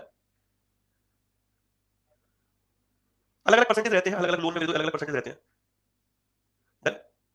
लगता है पूरा फीलिंग शेयर कर रहे हैं। अरे मेरे साथ तो बहुत कांड हुए मेरे दोस्त, ठीक है, एक गाना चला दिए थे अपन। एक्चुअली मेरे साथ ये हुआ था कि अपने पिताजी थोड़े सीधे हैं, लेकिन बट हमेशा सीधे नहीं रहते। तो एक बार की बात थी, मेरा अलार्म लगा हुआ था थोड़ा बोल्ड टाइप का, ठीक है, वैसे तो कुछ होटो से होटो को मिला, ठीक है, एक सॉन्ग मेरे दोस्त सुना, तो पिताजी ने सुना, मेरे दोस्त, मैंने भी सुना, बाय द वे वो मैंने नहीं उठाया फोन, पिताजी ने फोन उठा लिया, किसी महिला मित्र का वो फोन था, ठीक है, अब सोचो कोई इंसिडेंट, महिला मित्र का फोन, गाना कौन सा चल रहा है, और पिताजी ने उठा लिया। अब उसके बाद देखिए जो क्षण हुए थे वो मैं तुम्हें बता नहीं सकता हूँ, बट स्थिति बहुत नाजुक पहुंच चुकी थी, और ऐसा एक बार नहीं, भांति भांति भांति बार हुआ है मेरे भाई, और तगड़ा वाला फिर ब्लास्ट भी हुआ था, ठीक है, भगत जी का फोन था शायद, अरे भैया तो अलग ही हो। ये समझ में आ गया, मॉनेटरी पॉलिसी क्लियर हो गया, ओके। इसमें लास्ट हम लोगों को बचता है वो है हमारा triple R, okay, triple R नहीं बताता हूँ, एक सेकंड, रीफाइनेंस फैसिलिटी क्या है, इसको जरा पढ़िएगा, आज के लिए नफे पास 5 मिनट का ही बचा है, ठीक है। अरे पूजा भाभी की कहानी बताता हूँ तुम्हें, मेरे यहाँ आज मैं मोनिका को एक चीज बोला, मेरी वाइफ है, तो मतलब उसमें मैं फंस गया, मैंने कहा मोनिका तुम क्या कर रही हो, उसने बोला क्या कर रही हो कि मेरी जितनी भी किरदार है मेरे वॉरियर बैच के उन सबको तुम मेड के तौर पे क्यों लेकर आ रही हो, बोलती क्या मतलब, मैंने कहा अभी जो मेड थी कुछ दिन छुट्टी पे गई हुई है, उसका नाम था पूजा, जो दूसरी मेड आई उसका नाम है सीमा, तो मैंने कहा तुम ये चाह क्या रही हो, मतलब ये बताओ मुझे कि मैं वॉरियर बैच में नए उदाहरण लेकर आऊँ ना, तो ऐसे घूर के देखने लगी, मैंने कहा इसका मेरा मतलब क्या, वो समझो मतलब ये मतलब ये हो क्या रहा है, पूजा फिर सीमा, मतलब ये किरदार जितने भी मेरे वॉरियर बैच के वो सब मेड के तौर पे क्यों बता रहे हैं, समझ, तो कह रही वॉरियर बैच साउंड कर लो और अपना और दो चार किरदार जोड़ लो उसमें, मैंने कहा ठीक है भाई, जरा इसको समझना है क्या, रिफाइनेंस फैसिलिटी का मतलब क्या है, देखो आरबीआई ने तो एक्सपोर्ट इंपोर्ट को प्रमोट करना चाहती है, ठीक है, आरबीआई रूरल एरियाज में लोन प्रोवाइड करवाना चाहती है, मेरी बात समझ रहे हो, बात समझ में आ रही है, ठीक है, आरबीआई चाहती है स्मॉल इंडस्ट्रीज को क्रेडिट प्रोवाइड करना है, स्मॉल इंडस्ट्री को, बट बैंक क्या करते हैं, बैंक को जहां फायदा होता है वो वहां पर निर्दोष पैसा देते हैं, तो आरबीआई कह रहा है इन बैंक्स को कि जो बैंक है कि आप इनको पैसा दीजिए, आप इनको पैसा दीजिए, हम आपको रिफाइनेंस करेंगे, बात समझना, इसका कॉन्टेक्स्ट समझो, मेरे पिताजी मुझसे कह रहे बेटा पैसा इनको दे, मैंने कहा नहीं दूंगा नहीं दूंगा नहीं दूंगा नहीं दूंगा नहीं दूंगा नहीं दूंगा, पिताजी अरे बेटा दे दे, समझ बेटा मैं तुझे सस्ती दर पे पैसा देता हूं, तू आगे दे दे, उसका विकास हो जाएगा, मतलब उसका डेवलपमेंट हो जाएगा, मेरी बात समझ मेरे दोस्त, बैंक कह रहा है यहां पर कि मैं पैसा नहीं दूंगा, आरबीआई कह रहा है कि भाई तू उसको पैसा दे, इन सेक्टर्स का मुझे विकास करना है, ये कह रहा है मुझे यहां प्रॉफिट नहीं, तो आरबीआई कह रहा है जो मैं पैसा दे रहा हूं तू उसको पैसा आगे दे दे, तो ये पैसा जो बैंक यहां दे रहा है इसको रिफाइनेंस करता है RBI, this is refinance facility, तो ये जो refinance facility से मतलब है reserve bank of India provide export credit refinance facility to banks under section 17A of reserve bank of India in order to encourage banks to extend more level export credit, एक उदाहरण दिया ना export के case में कि banks को कह रहा है कि भाई तुम मोर एक्सपोर्ट क्रेडिट करो, मतलब एक्सपोर्ट के लिए ज्यादा से ज्यादा लोगों को पैसा उधार दो, लिबरल मतलब सस्ती दर पर दो मेरे भाई, जिससे कि बैंक्स मतलब लोग इंकरेज हो मेरे दोस्त, okay, to encourage banks to extend more level export credit, simple शब्दों में समझना, ये बैंक को भी इंकरेज करना है और आगे भी हम लोगों को सिस्टम को साउंड करना है, आरबीआई कह रहा है कि तुमको हम पैसा दे रहे हैं वो पैसा तुम आगे दे दो, बात समझ में आ गई, दिस इज रिफाइनेंस फैसिलिटी, ऐसा करने के पीछे रीजन क्या है, जो बैंक होते हैं वो बैंक नहीं दे रहे बहुत सारे सेक्टर्स में पैसा, बट आरबीआई को पुश कर रहा है भाई दे भाई दे भाई दे, बट बैंक्स नहीं दे रहे, बैंक्स के पास या तो पैसा नहीं है तो फिर बैंक यार सेक्टर से इतना साउंड फील नहीं आ रहा कि मेरे को उसको पैसा देना चाहिए, आरबीआई कहता है हम रिफाइनेंस करेंगे, अगर तुम उन सेक्टर्स को पैसा देते हो तो हम तुमको उसके अगेंस्ट में दोस्तों पैसा देंगे, दिस इज रिफाइनेंस फैसिलिटी, ये काम एक्सपोर्ट, ये काम एक्सिम बैंक के साथ भी हो रहा है, ये काम आपका नाबार्ड भी कर रहा है, NABARD is also refinance bank, okay, refinance agency, हम लोगों ने पढ़ा था मुद्रा बैंक, याद है मुद्रा बैंक, मुद्रा bank is also refinance agency, okay, तो आरबीआई भी एक रिफाइनेंस एजेंसी है, नाबार्ड भी एक रिफाइनेंस एजेंसी, मुद्रा भी एक रिफाइनेंस एजेंसी है, क्लियर है, डन, इसको थोड़ा डिटेल में समझते हैं, उदाहरण के तौर पर रिजर्व बैंक ऑफ इंडिया ने एक स्पेशल रिफाइनेंस अमाउंट अनाउंस किया, स्पेशल रिफाइनेंस फैसिलिटी अनाउंस करी 50,000 करोड़ रुपए की ऑल इंडिया फाइनेंशियल इंस्टीट्यूशन के लिए, इसमें कौन कौन से थे, नाबार्ड थे, सिडबी था और एनएचबी था, ओके, क्लियर है, अब आरबीआई कह रहा है कि हम तुमको पैसा दे रहे हैं, तुम आगे बैंक्स को पैसा दो और बैंक्स आगे कस्टमर को पैसा देंगे, तो आरबीआई ने यहां पर एक स्पेशल रिफाइनेंस फैसिलिटी किन के लिए रखी, नाबार्ड के लिए, सिडबी के लिए, एनएचबी के लिए, जिससे कि वो आगे बैंक्स को पैसा दे, वो बैंक्स उन सेक्टर्स को मेरे दोस्त पैसा दे, बात समझ में आ रही है,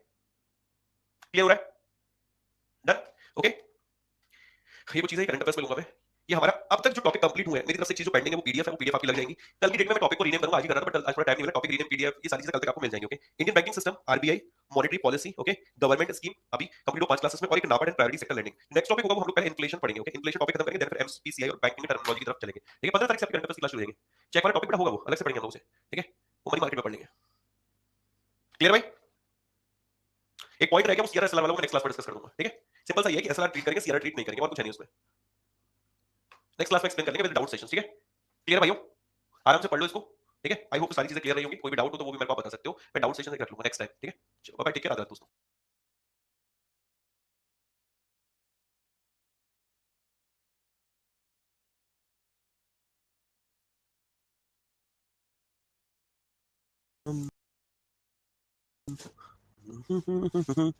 hello hello hello, good morning good morning good morning, how are you मित्रों एंड मित्रियों,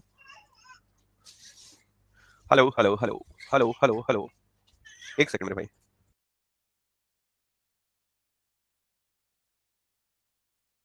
कैसे हैं आप सभी लोग, wow sir is on time, oh my god, आज टाइम से पहले आ गए, हाँ आ गए, ठीक है, अब स्टार्ट करें, बेबी रो रही है, बेबी रो नहीं रही है, बेबी हंस रही है वो खेल रही है, ओके स्टार्ट करते हैं, आज का टॉपिक है अपना इन्फ्लेशन, ओके, क्योंकि हम लोग जो टॉपिक कंप्लीट कर चुके हैं Indian banking system, reserve bank of India, Indian banking system में हम लोग जैसे ये इन्फ्लेशन कंप्लीट करेंगे, फिर हम लोग कमर्शियल बैंक और कॉर्पोरेटिव बैंक को थोड़ा एक दूसरे के बगल में रख के समझ के कंप्लीट करेंगे, कॉर्पोरेटिव बैंक में को तब कराना जब सीआरआर एसएलआर कंप्लीट हो जाएगा, तब हम लोग इसको समझ और बेहतर पाएंगे, ओके, आरबीआई हम लोग का डन है, मॉनेटरी पॉलिसी में एक छोटा सा पार्ट एसडीएफ वाला और मेरे को डिस्कस करना है, वो मॉनेटरी पॉलिसी को जो रिव्यू कराऊंगा तो मैं करंट अफेयर्स पार्ट 2 में उसमें डिस्कस करा दूंगा, ओके, गवर्नमेंट स्कीम हम लोग का डन चल रहा है, NABARD and priority sector learning हम लोग का डन चल रहा है, क्लियर है, राइट नाउ हमें मूव करना है मेरे दोस्त इन्फ्लेशन टॉपिक पे, ओके, इन्फ्लेशन शुरू करते हैं, आपके अकॉर्डिंग इन्फ्लेशन का मतलब क्या होता है, आपके अकॉर्डिंग इन्फ्लेशन का मतलब क्या होता है मेरे दोस्त, करंट अफेयर्स की क्लास सबसे शुरू की बेटा 15 से 15 से स्टार्ट हो रही है, 15, ओके, इन्फ्लेशन का मतलब क्या आपके अकॉर्डिंग, चीजों के दाम बढ़ जाना, okay, hike in market to value, किसकी मार्केट वैल्यू, मेरी मार्केट वैल्यू बढ़ गई तो इन्फ्लेशन है मेरे भाई, आपकी मार्केट वैल्यू बढ़ गई तो इन्फ्लेशन है। Okay, rise in price, okay, rise in price. थोड़ी देर ना हम लोग इस शब्द को भूल जाते हैं कि इन्फ्लेशन होता क्या है। ओके, इस बात को हमें समझना है थोड़ा, बहुत सिंपल लैंग्वेज में टॉपिक्स को समझना, क्योंकि हमारी लाइफ का पार्ट है। Inflation is nothing, it is just a life. Okay, ये हमारा जीवन है और कुछ नहीं है। हम अपने जीवन में बहुत सारी चीजों को देख रहे हैं, वही यहाँ पर हम लोग समझने जा रहे हैं। 1 मिनट मेरे भाई, उसको तो मैं कह भी नहीं सकता बेटा, मुझे तेरे पापा की क्लास चल रही है।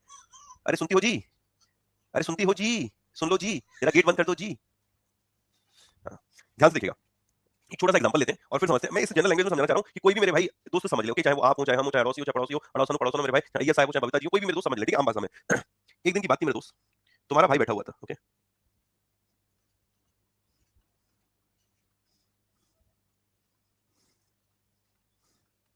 तुम्हारी भाभी भी बैठी हुई थी, ठीक है। कहाँ सर? घर की बालकनी में। थोड़ा थोड़ा पानी बरस रहा था, हल्का हल्का बूंदाबांदी हो रही थी। तो कहती है मेरे से, आशीष, वही प्यार की भाषा, सुनो ना। मैंने कहा हाँ बताओ ना, मौसम कितना बढ़िया हो रहा है ना। मैंने कहा हाँ बहुत बढ़िया हो रहा है, कहीं हाँ चले घूमने, वहीं जहाँ हम पहले जाया करते थे। मैंने कहा अरे वहीं वहीं अपनी जगह जहाँ पर हम जाते थे। मैंने कहा चलो क्या, तो कहती मैं रेडियो क्यों। मैंने कहा रेडियो क्यों, मैं भी रेडियो, वो भी रेडियो हुई। फिर कहती है कि आज ना हम लोग गाड़ी से नहीं चलेंगे, हम लोग बाइक से चलेंगे। मैंने बाइक से, कहती पुरानी यादें चलो ताजा करते हैं। मैंने कहा चलो ठीक है, पुरानी यादें ताजा करते हैं। तो फिर मेरे भाई बाइक मैंने निकाली। अब जैसे ही मेरे दोस्त मैंने अपनी बाइक निकाली, मैंने चेक किया कि मेरी बाइक में क्या था, मेरे दोस्त की पेट्रोल थोड़ा कम था, ठीक है, मेरी बाइक में पेट्रोल कम था।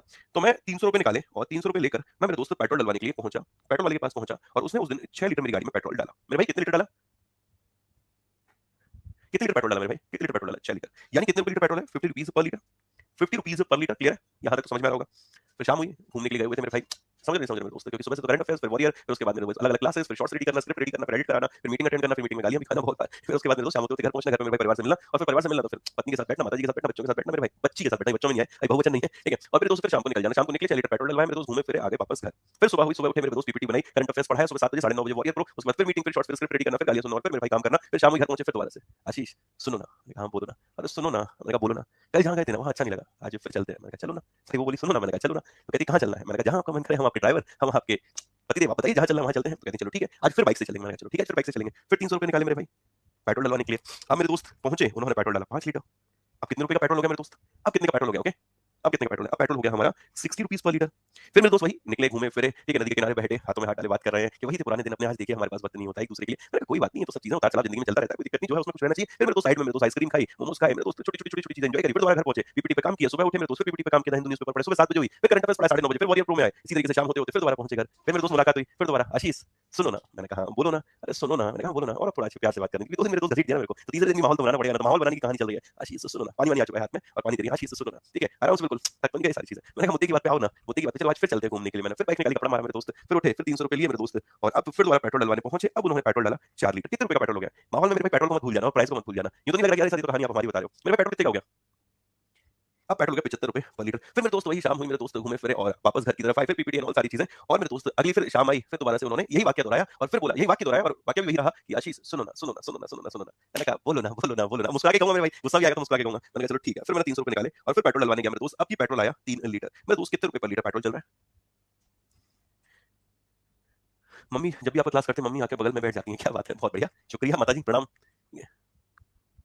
गुस्से को कैसे कंट्रोल करें। गुस्सा आपका सबसे बड़ा शत्रु होता है, जीवन में खुश रहना जरूरी है, गुस्से में आप सब कुछ खो देते हैं। खुश रहिए, ठीक है, स्थितियां विपरीत हो तो भी खुश रहिए, ठीक है। मुझे अपनी मुस्कुराहट से लोगों को मेरे दोस्त परेशान करने में मजा आता है। आप अक्सर देखेंगे ना, कभी आप ऑफिस आए, जिंदगी में अनुभव करिएगा, 8 घंटे 10 घंटे 12 घंटे 14 घंटे मेरे साथ बताएंगे, तो कठिन परिस्थितियां भी होंगी तो भी चेहरे पर मुस्कुराहट जाएगी नहीं, क्योंकि मुझे पता है कि जीवन वही है। ओके, परिस्थितियां स्थितियां कभी समान रहने वाली नहीं है, बट हाँ, आपको अपने मानसिक तनाव को, सुकून को मेरे दोस्त प्रायोरिटी देनी पड़ेगी, ओके, उसको खराब होने नहीं देना। अब जरा समझते हैं यहाँ स्थिति चल क्या रही है। आप लोग देख रहे हो जो प्राइस ऑफ पेट्रोल है, ओके, प्राइस ऑफ पेट्रोल यानी कि गुड्स, प्राइस ऑफ पेट्रोल यानी कि जो गुड्स है वो लगातार बढ़ रहे हैं, वो लगातार बढ़ रहे हैं भाई। 60 से 50 से 60 हुआ, 60 से 75 हुआ, और 75 से 100 हुआ, लगातार बढ़ रहा है, लगातार बढ़ रहा है मेरे भाई।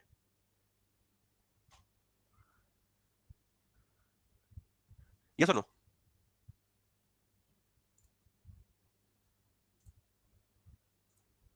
थोड़ी देर के लिए चीजों को समझना।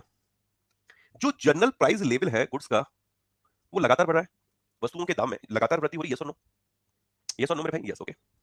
पहले हम लोग 300 रुपए में 6 लीटर पेट्रोल डलवाते थे, अब 300 रुपए में हम लोग 3 लीटर पेट्रोल डलवा पा रहे हैं। इस 300 रुपए की जो वैल्यू है, ओके, मेरी बात को ध्यान से सुनना, जो वैल्यू ऑफ मनी है, ओके, जो वैल्यू ऑफ मनी है वो कम हुई है कि ज्यादा हुई है, इंक्रीज हुई है कि डिक्रीज हुई है, ओके। रिपू आज वाली क्लास को स्किप कर दो आप, ठीक है, और पहले आप अपनी क्लासेस कंप्लीट कर लो। मंडे को जब मैं इन्फ्लेशन का नेक्स्ट क्लास कराऊंगा, तब तक मैं चाहता हूं आप एटलीस्ट इंडियन बैंकिंग सिस्टम और मॉनेटरी पॉलिसी कंप्लीट कर लो, okay. Okay okay okay okay okay, decrease होगा, डिक्रीज डिक्रीज, कुछ करें इंक्रीज भी होगा, कैसे इंक्रीज होगा, वैल्यू ऑफ मनी कैसे इंक्रीज होगा। आप में से कितने लोग जो डेट पे जाते हैं, कितने ऐसे लोग हैं मेरे भाई जो डेट पे जाते हैं। कुछ लोग लड़कियों के साथ डेट पे जाते हैं, मेरे दोस्त कुछ लड़के लड़कों के साथ जाते हैं, कुछ लड़के लड़कियों के साथ जाते हैं, मतलब जो भी जिससे मोहब्बत करता है मेरे भाई उसके साथ डेट पे जाते होगा। पहले के टाइम में अगर आपको डेट बनानी होती थी तो 200 रुपए में डेट बन जाती थी मेरे दोस्त। आराम से आप एक पिज्जा भी मंगा सकते थे, आप एक डोसा भी मंगा सकते थे, आप दोनों के लिए कोल्ड ड्रिंक मंगा सकते थे, इतना टाइम मिलता था, 2 घंटे 2.5 घंटे। बन जाती थी। अब 200 रुपए लेके जाओ मेरे भाई, इसमें मात्र सिर्फ पीने के लिए चीजें आ रही हैं भाई, आप तो शेक मंगाओगे उसी में मेरे तो 200 रुपए चले जाएंगे। ओके, आजकल बहुत खर्चा होता है ना, हम लाइब्रेरी जाते हैं, हाँ हाँ हाँ, बेटा निकट जा, ठीक है इधर आ जा, ठीक है। मजनू जरा, मजनू एक बात बता, 200 रुपए पहले इतना आता था, इतना आता था, इतना आता, 200 रुपए में कम आने लगा कि नहीं आने लगा? थोड़ी देर और सोचो। पहले जो मैगी का पैकेट था उतनी प्राइस है, अभी भी ऑलमोस्ट नियरेस्ट ही है। पहले उसमें ज्यादा आता था, उसमें उन्होंने क्वांटिटी कम कर दी है। और थोड़ा चले जाओ, चिप्स पे चले जाओ, पार्ले के बिस्किट पे चले जाओ, पार्ले के बिस्किट पे चले जाओ, पहले तो जितने रुपए का बिस्किट आता था उसमें क्वांटिटी ज्यादा थी, अब क्वांटिटी उन्होंने कम कर दी है। मतलब क्या है, अब उतनी पैसे में कम चीजें आती हैं। पहले 500 का नोट हमें लगता था और यार ये तो बड़ा नोट है, 500 का नोट है, चुटपुट नोट है, 100 रुपए का नोट का मतलब ही नहीं रहा मेरे भाई, 100 रुपए तो यूं खर्च हो जाते हैं, हाल होता है कि नहीं होता है? मतलब क्या है कि अगर महंगाई मार्केट में आ रही है, अगर वस्तुओं के दाम बढ़ रहे हैं, तो निश्चित तौर पर जो वैल्यू ऑफ मनी है वो कम होगी। हाँ या ना?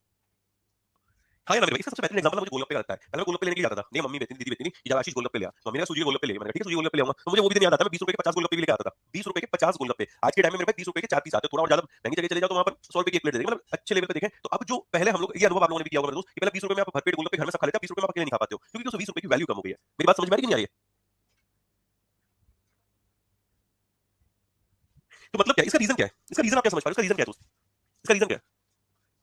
पहले मोनिका को घुमाने ले जाते थे मेरे भाई, 500 रुपए में डेट बना के आ जाते थे, आज 5000 में डेट नहीं बन पा रही है, ठीक है। अभी मतलब मोनिका मैडम के शौक बड़े हो गए, ठीक है, मतलब महंगाई हो गई मेरे भाई, कहने का मतलब ये है, ठीक है। अब यहीं थी ना, तो मैंने कहा थोड़ा भाव दे दो, ठीक है। like कहने का मतलब क्या है भाई, वैल्यू ऑफ मनी कम होने का रीजन है क्योंकि वस्तुओं के दाम बढ़ गए। ओके, एक और शब्द हम लोग यूज करेंगे यहाँ पर, परचेजिंग पावर। ओके, मुझे कुछ शब्दों को बताना, अगर वो क्लियर होगा तो कैलकुलेशन क्लियर हो जाएगा। परचेजिंग पावर का मतलब होता है आपकी क्रय शक्ति। पहले आप उतनी पैसे में इतना खरीद पा रहे थे, उतने पैसे में इतना खरीद पा रहे हो। पहले मेरे दोस्त 300 रुपए में क्रय कर पाते थे आप 6 लीटर। ओके, 300 रुपए में 6 लीटर, 300 रुपए की क्रय शक्ति 6 लीटर थी, अब 300 रुपए की जो क्रय शक्ति वो 3 लीटर परचेजिंग पावर। क्या मेरे दोस्त ये कम हुई है कि ज्यादा हुई है? थोड़ा सोच के जवाब दीजिएगा, कम हुई है कि ज्यादा हुई है?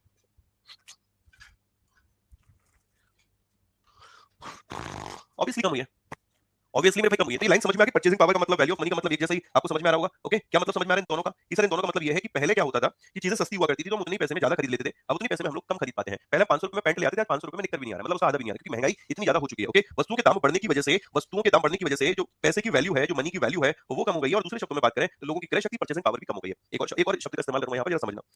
Income minus expenses is equal to savings. Repo भी फोकस कर लो प्लीज कंटेंट पे, पहली क्लास से समझो, सारी चीजें क्लियर हो जाएंगी। ओके, फॉर एग्जांपल मेरी salary 1 lakh rupees per month है। ओके, कितनी सैलरी मेरी अटा में मेरे भाई? 1 लाख रुपए पर मंथ है। ओके, मेरे जो एक्सपेंसेस होंगे थोड़ी देर के लिए समझना। अगर मुझे आगरा से मथुरा जाना है तो जो 50 रुपए लीटर पेट्रोल है मैं 6 लीटर डलवा रहा हूँ, और जब 100 रुपए लीटर पेट्रोल होगा तो मैं 3 लीटर डलवाऊंगा। इसमें तो कोई डाउट नहीं होगा, इसमें तो कोई डाउट नहीं होगा मेरे भाई।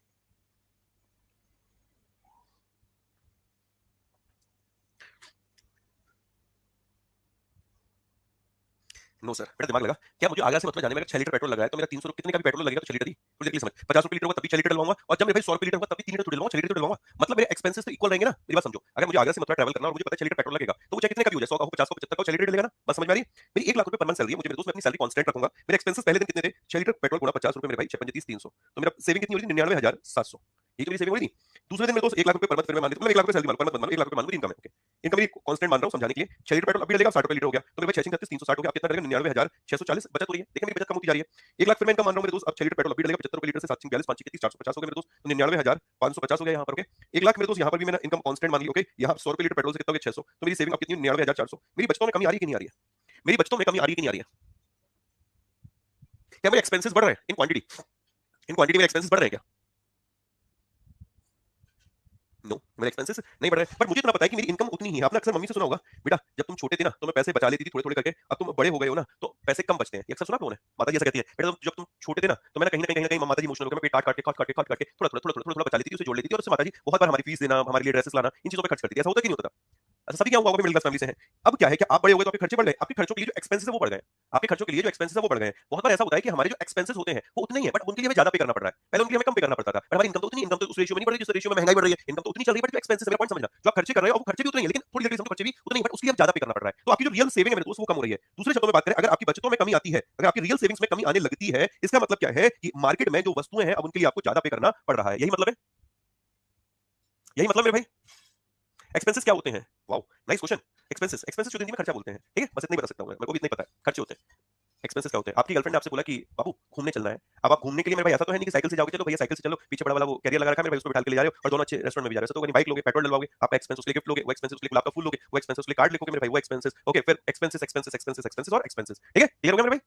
डन, आगे बढ़ते हैं। अब जरा इस इन्फ्लेशन की डेफिनेशन को समझना। मैंने जो आपको समझाया उसका मतलब अगर आप डिकोड कर पा रहे हो तो ये है कि प्राइस बढ़ने की वजह से मेरे भाई, ओके, वैल्यू ऑफ मनी कम हो जाती है, दूसरे शब्दों में परचेजिंग पावर कम हो जाती है, और तीसरे शब्दों में मेरे भाई आपकी बचत भी कम हो जाती है। लेकिन ये कब हो रहा है? इसका रीजन है ये प्राइस का बढ़ना। जब गुड्स एंड सर्विसेज के दामों में बढ़ोतरी होगी, ओके, वस्तु सेवा के मूल्य में बढ़ोतरी होगी, तो वैल्यू ऑफ मनी कम होगी, परचेजिंग पावर कम होगी और बचतों में कमी आएगी। कोई दिक्कत? कोई दिक्कत मेरे भाई?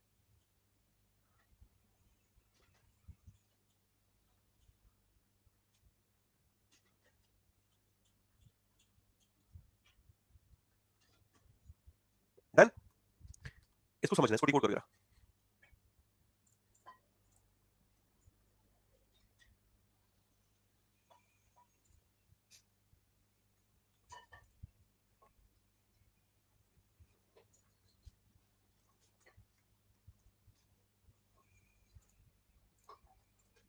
क्लियर हो गया? डन। अब इसको जरा डिकोड करते हैं। इन्फ्लेशन इज डिफाइंड, मतलब महंगाई का मतलब इन्फ्लेशन, ओके। ये जो मैंने पढ़ा है आपको, इसका मतलब क्या है? ये पूरी सिचुएशन आपकी इन्फ्लेशन है, ओके। जब किसी वस्तु सेवा के मूल्यों में बढ़ोतरी होती है तो आप उतने रुपए में कम चीजें खरीदते हैं, आपकी क्रय शक्ति कम हो जाती है और आपकी बचतें भी कम होने लगती हैं, okay. Inflation is defined as sustained increase in general level of price. मूल्यों में लगातार वृद्धि होने को महंगाई बोलते हैं, ओके। जो जनरल लेवल ऑफ प्राइस है, जब उसमें लगातार वृद्धि होती है उसको हम लोग इन्फ्लेशन बोलते हैं। It is measured in annual percentage increase. इसकी माप प्रतिशत में होती है। आज आपने मेरे दोस्त कोई चीज 1000 रुपए में खरीदी, ओके, कल उसकी कीमत 1100 रुपए हो गई है, तो कितना परसेंट महंगाई आई है? महंगाई कितनी आई? 10%। तो हम लोग इसे प्रतिशत में तोलते हैं। जैसे इन्फ्लेशन बढ़ेगा, हर एक रुपए में अब आप कम चीजें खरीद पाओगे। पहले भाई महंगाई आने की वजह से 300 रुपए में आप पहले 6 लीटर खरीदते थे, अब 300 रुपए में क्या खरीद रहे हैं? 3 लीटर खरीद रहे हैं। तो एज इन्फ्लेशन राइजेस, अगर महंगाई बढ़ेगी, भाई 50 से 60 हुआ, 60 से 75 हुआ, 75 से 100 हुआ, अगर इन्फ्लेशन बढ़ेगा तो हर एक रुपए में आप जो चीजें खरीदोगे वो स्मॉलर आएगा, मेरे भाई, छोटा आएगा, कम आएगा, okay. The value of rupee does not stay constant when there is inflation. जो रुपए की वैल्यू कांस्टेंट नहीं रहती। The value of money rupee is observed in terms of purchasing power. तो वैल्यू ऑफ रुपी होती है, वैल्यू ऑफ मनी होती है, परचेसिंग पावर के टर्म्स में हम लोग ऑब्जर्व करते हैं। तो यहां पर कहने का मतलब वैल्यू ऑफ रुपी और परचेसिंग पावर कम हो जाती है। कोई दिक्कत? क्लियर हो रहा है? अफेयर कैसे करें? करंट अफेयर कैसे करें? करंट अफेयर बेटा ऐसे करें, मैं 15 तारीख से शुरू कर रहा हूं उसको, ओके। ठीक है, इसको पढ़ो जरा।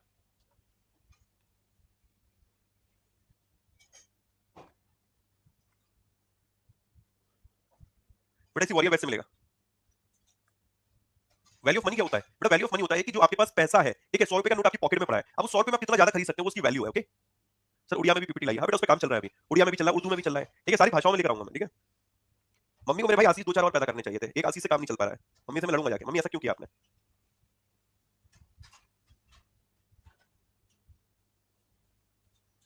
इन्फ्लेशन का इंपैक्ट पढ़ो। Inflation price increase in prices. Inflation की वजह से जो प्राइस होते हैं वस्तुओं और सेवाओं के, वो बढ़ जाते हैं। इट लीड टू, इट मतलब inflation lead to fall in purchasing power of money. भाई इन्फ्लेशन की वजह से जो परचेसिंग पावर होती है मेरे दोस्त, वो भी कम हो जाती है, या तो दूसरे शब्दों में बोले रियल वैल्यू ऑफ मनी कम हो जाती है। Same amount of money can buy fuel, उतने पैसे में हम कम चीजें हम लोग खरीद पाते हैं। जो real value of existing saving है वो डिक्लाइन हो जाती है। तो मैंने शुरुआत में जो 4 चीजें कराई थी ना मेरे दोस्त, उसी को यहाँ पर इन्होंने लैंग्वेज फॉर्म में लिख दिया, value of money, purchasing power, savings, ठीक है, general level, general price level, उसी को इन्होंने यहाँ पर लैंग्वेज में लिख दिया।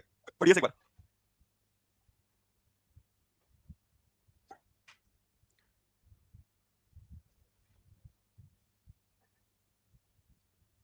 हिंदी वाले बच्चे, पढ़ ले।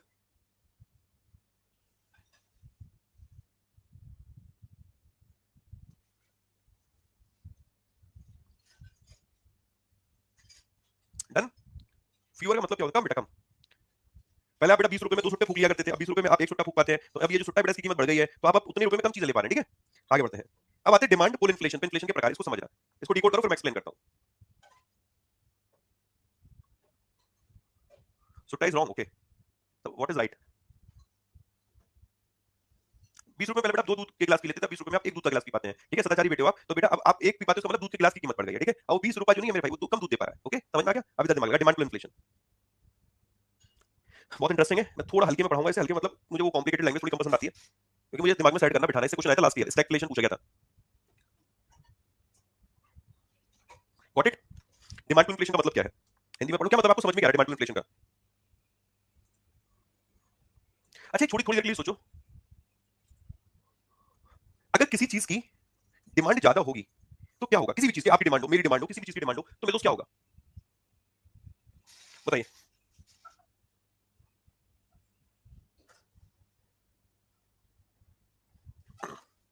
इन्फ्लेशन, इन्फ्लेशन में पढ़ाई नहीं रहा मैं, अभी छोटी सी चीज पूछ रहा हूं। मैं पूछ रहा हूं किसी भी चीज की अगर डिमांड ज्यादा होगी तो क्या होगा? फॉर एग्जांपल, ये आप हो, आपकी सरकारी नौकरी लग गई,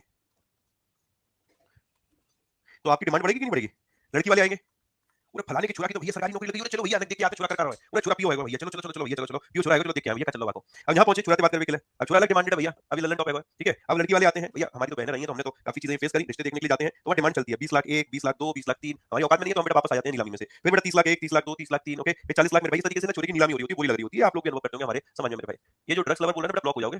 मैं फिर एक वार्निंग दे रहा हूँ, फालतू के कमेंट मत करो प्लीज, यहाँ तो एटलीस्ट मत करो, मजाक नहीं चल रहा है, ठीक है। ब्लॉक हो जाओगे फिर कितना भी करते रहना, पेट में ब्लॉक हो तो बड़ा दर्द होगा बेटा, पैसे खर्च करके भी ब्लॉक हो रहे हो, ठीक है। तो खुद को हाईलाइट कराने के चक्कर में ना उल्फी बनने की जरूरत नहीं है, ठीक है। उल्फी मत बनो यहाँ पर, फालतू की नौटंकी मत करो, दिमाग लगा लो यहाँ पर।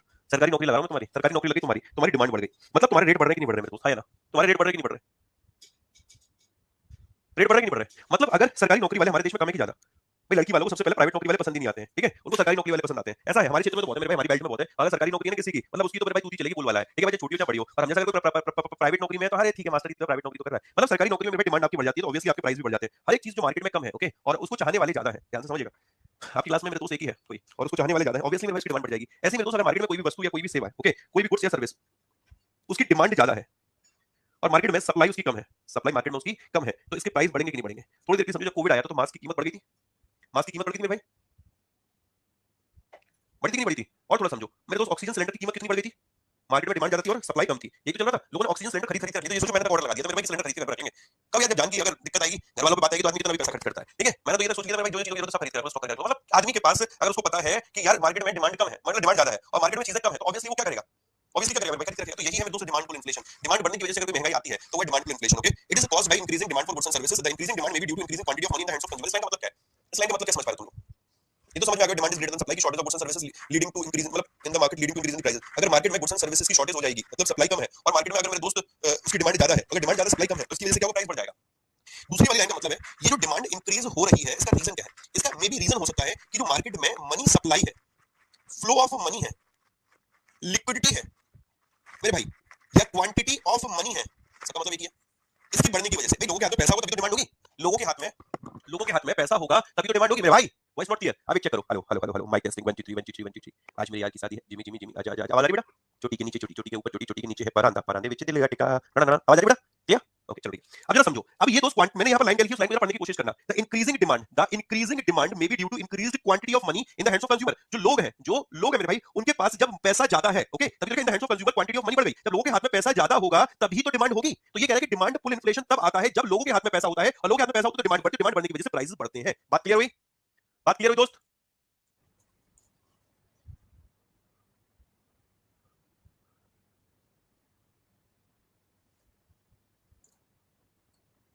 डन? हाँ भाई सलीम भाई, इससे रिलेटेड आप मंडे से ट्यूसडे से वेडनेसडे से कंटिन्यू करना, मंडे ट्यूसडे हमारा इन्फ्लेशन कंप्लीट होगा, तब तक कोशिश करो आप लोग की पुराने चैप्टर्स कंप्लीट कर चुके हो, ओके? डन? दूसरा, कॉस्ट पुश इन्फ्लेशन, इसको समझिएगा, इसका मतलब बताइए, कॉस्ट पुश इन्फ्लेशन।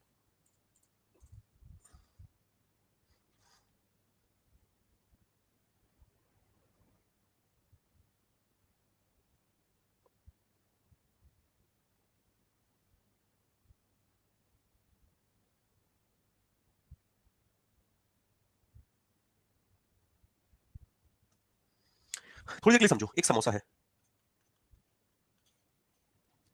समोसे में क्या क्या लगता है सर? आलू लगता है, ठीक है सर, मैदा लगती है, ठीक है सर, मजदूरी लगती है सर, आलू आ रहा है सर, ऐसा तो है नहीं कि सर हवा में उड़ के आ रहा है सर, ट्रांसपोर्टेशन का खर्चा भी होता होगा सर, ये तो सब रॉ मटेरियल में आ गया, ओके, मार्केट में जा रहा है तो सरकार उस पर टैक्स भी लगा रही है, ठीक है, अगर मेरे दोस्त बढ़िया रेस्टोरेंट से बिक रहा है तो पैकेजिंग भी हो रही है उसकी, ओके। मेरी बात को समझना ध्यान से, किसी भी माल की बात कर ले, उसमें मेरे दोस्त रॉ मटेरियल यूज हो रहा है, लेबर यूज हो रही है, ट्रांसपोर्टेशन का खर्चा आ रहा है, टैक्सेस इंपोज हो रहे हैं मेरे भाई, ओके, पैकेजिंग हो रही है। अगर इनमें से किसी भी चीज में बढ़ोतरी, और फिर इसके अलावा बंदा अपना प्रॉफिट भी रख रहा है जो उसको बना रहा है, अगर इनमें से किसी भी अगर किसी के भी दाम में बढ़ोतरी होती है तो क्या समोसे के दाम बढ़ेंगे, हाँ या ना? मैंने इस बात का अनुभव बहुत किया है, मेरे को गोलगप्पे ना पसंद है, और मिडिल क्लास फैमिली मेरे भाई सबसे ज्यादा गोलगप्पे बहुत, इवन सबको गोलगप्पे बहुत पसंद आते हैं, और मेरे दोस्त ये होता है कि कम पैसे में मेरे दोस्त ज्यादा क्वांटिटी मिलती है तो बढ़िया तरीके से हम खा सकते हैं, ऐसा होता है कि तो पेट भर के, ठीक है।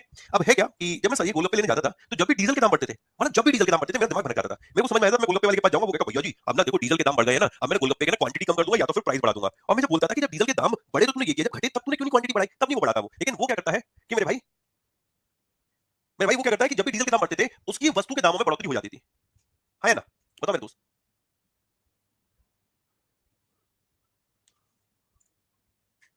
मेरी बात को समझने की कोशिश करना, एक वस्तु के दाम बढ़ रहे हैं यानी कि उसकी जो प्रोडक्शन कॉस्ट है वो बढ़ रही है, प्रोडक्शन कॉस्ट बढ़ने का रीजन हो सकता है मेरी मजदूरी, मेरी ट्रांसपोर्टेशन, मेरी टैक्सेस, मेरी मेरे दोस्त प्रॉफिट, ओके, मेरी पैकेजिंग एंड ऑल सारी चीजें, रॉ मटेरियल का प्राइस बढ़ना, इस वजह से अगर कोई महंगाई आ रही है, this is cost push inflation. मांग प्रेरित मुद्रास्फीति की बात है, लागत प्रेरित मुद्रास्फीति, इट अराइजेस यानी cost push inflation arises due to किस कारण? Increase production cost cost by following factor, may be मजदूरी में वृद्धि, मे बी प्रॉफिट मार्जिन में वृद्धि, मे बी टैक्सेस में वृद्धि। बात समझ में आ रही है? बात क्लियर हो रही है भाई?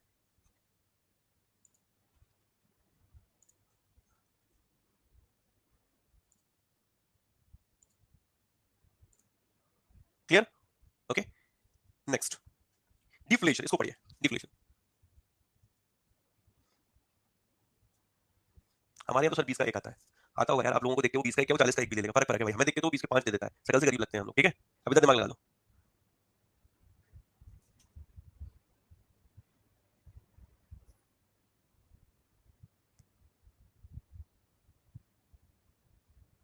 इसका मतलब क्या है, डिफ्लेशन का मतलब क्या है?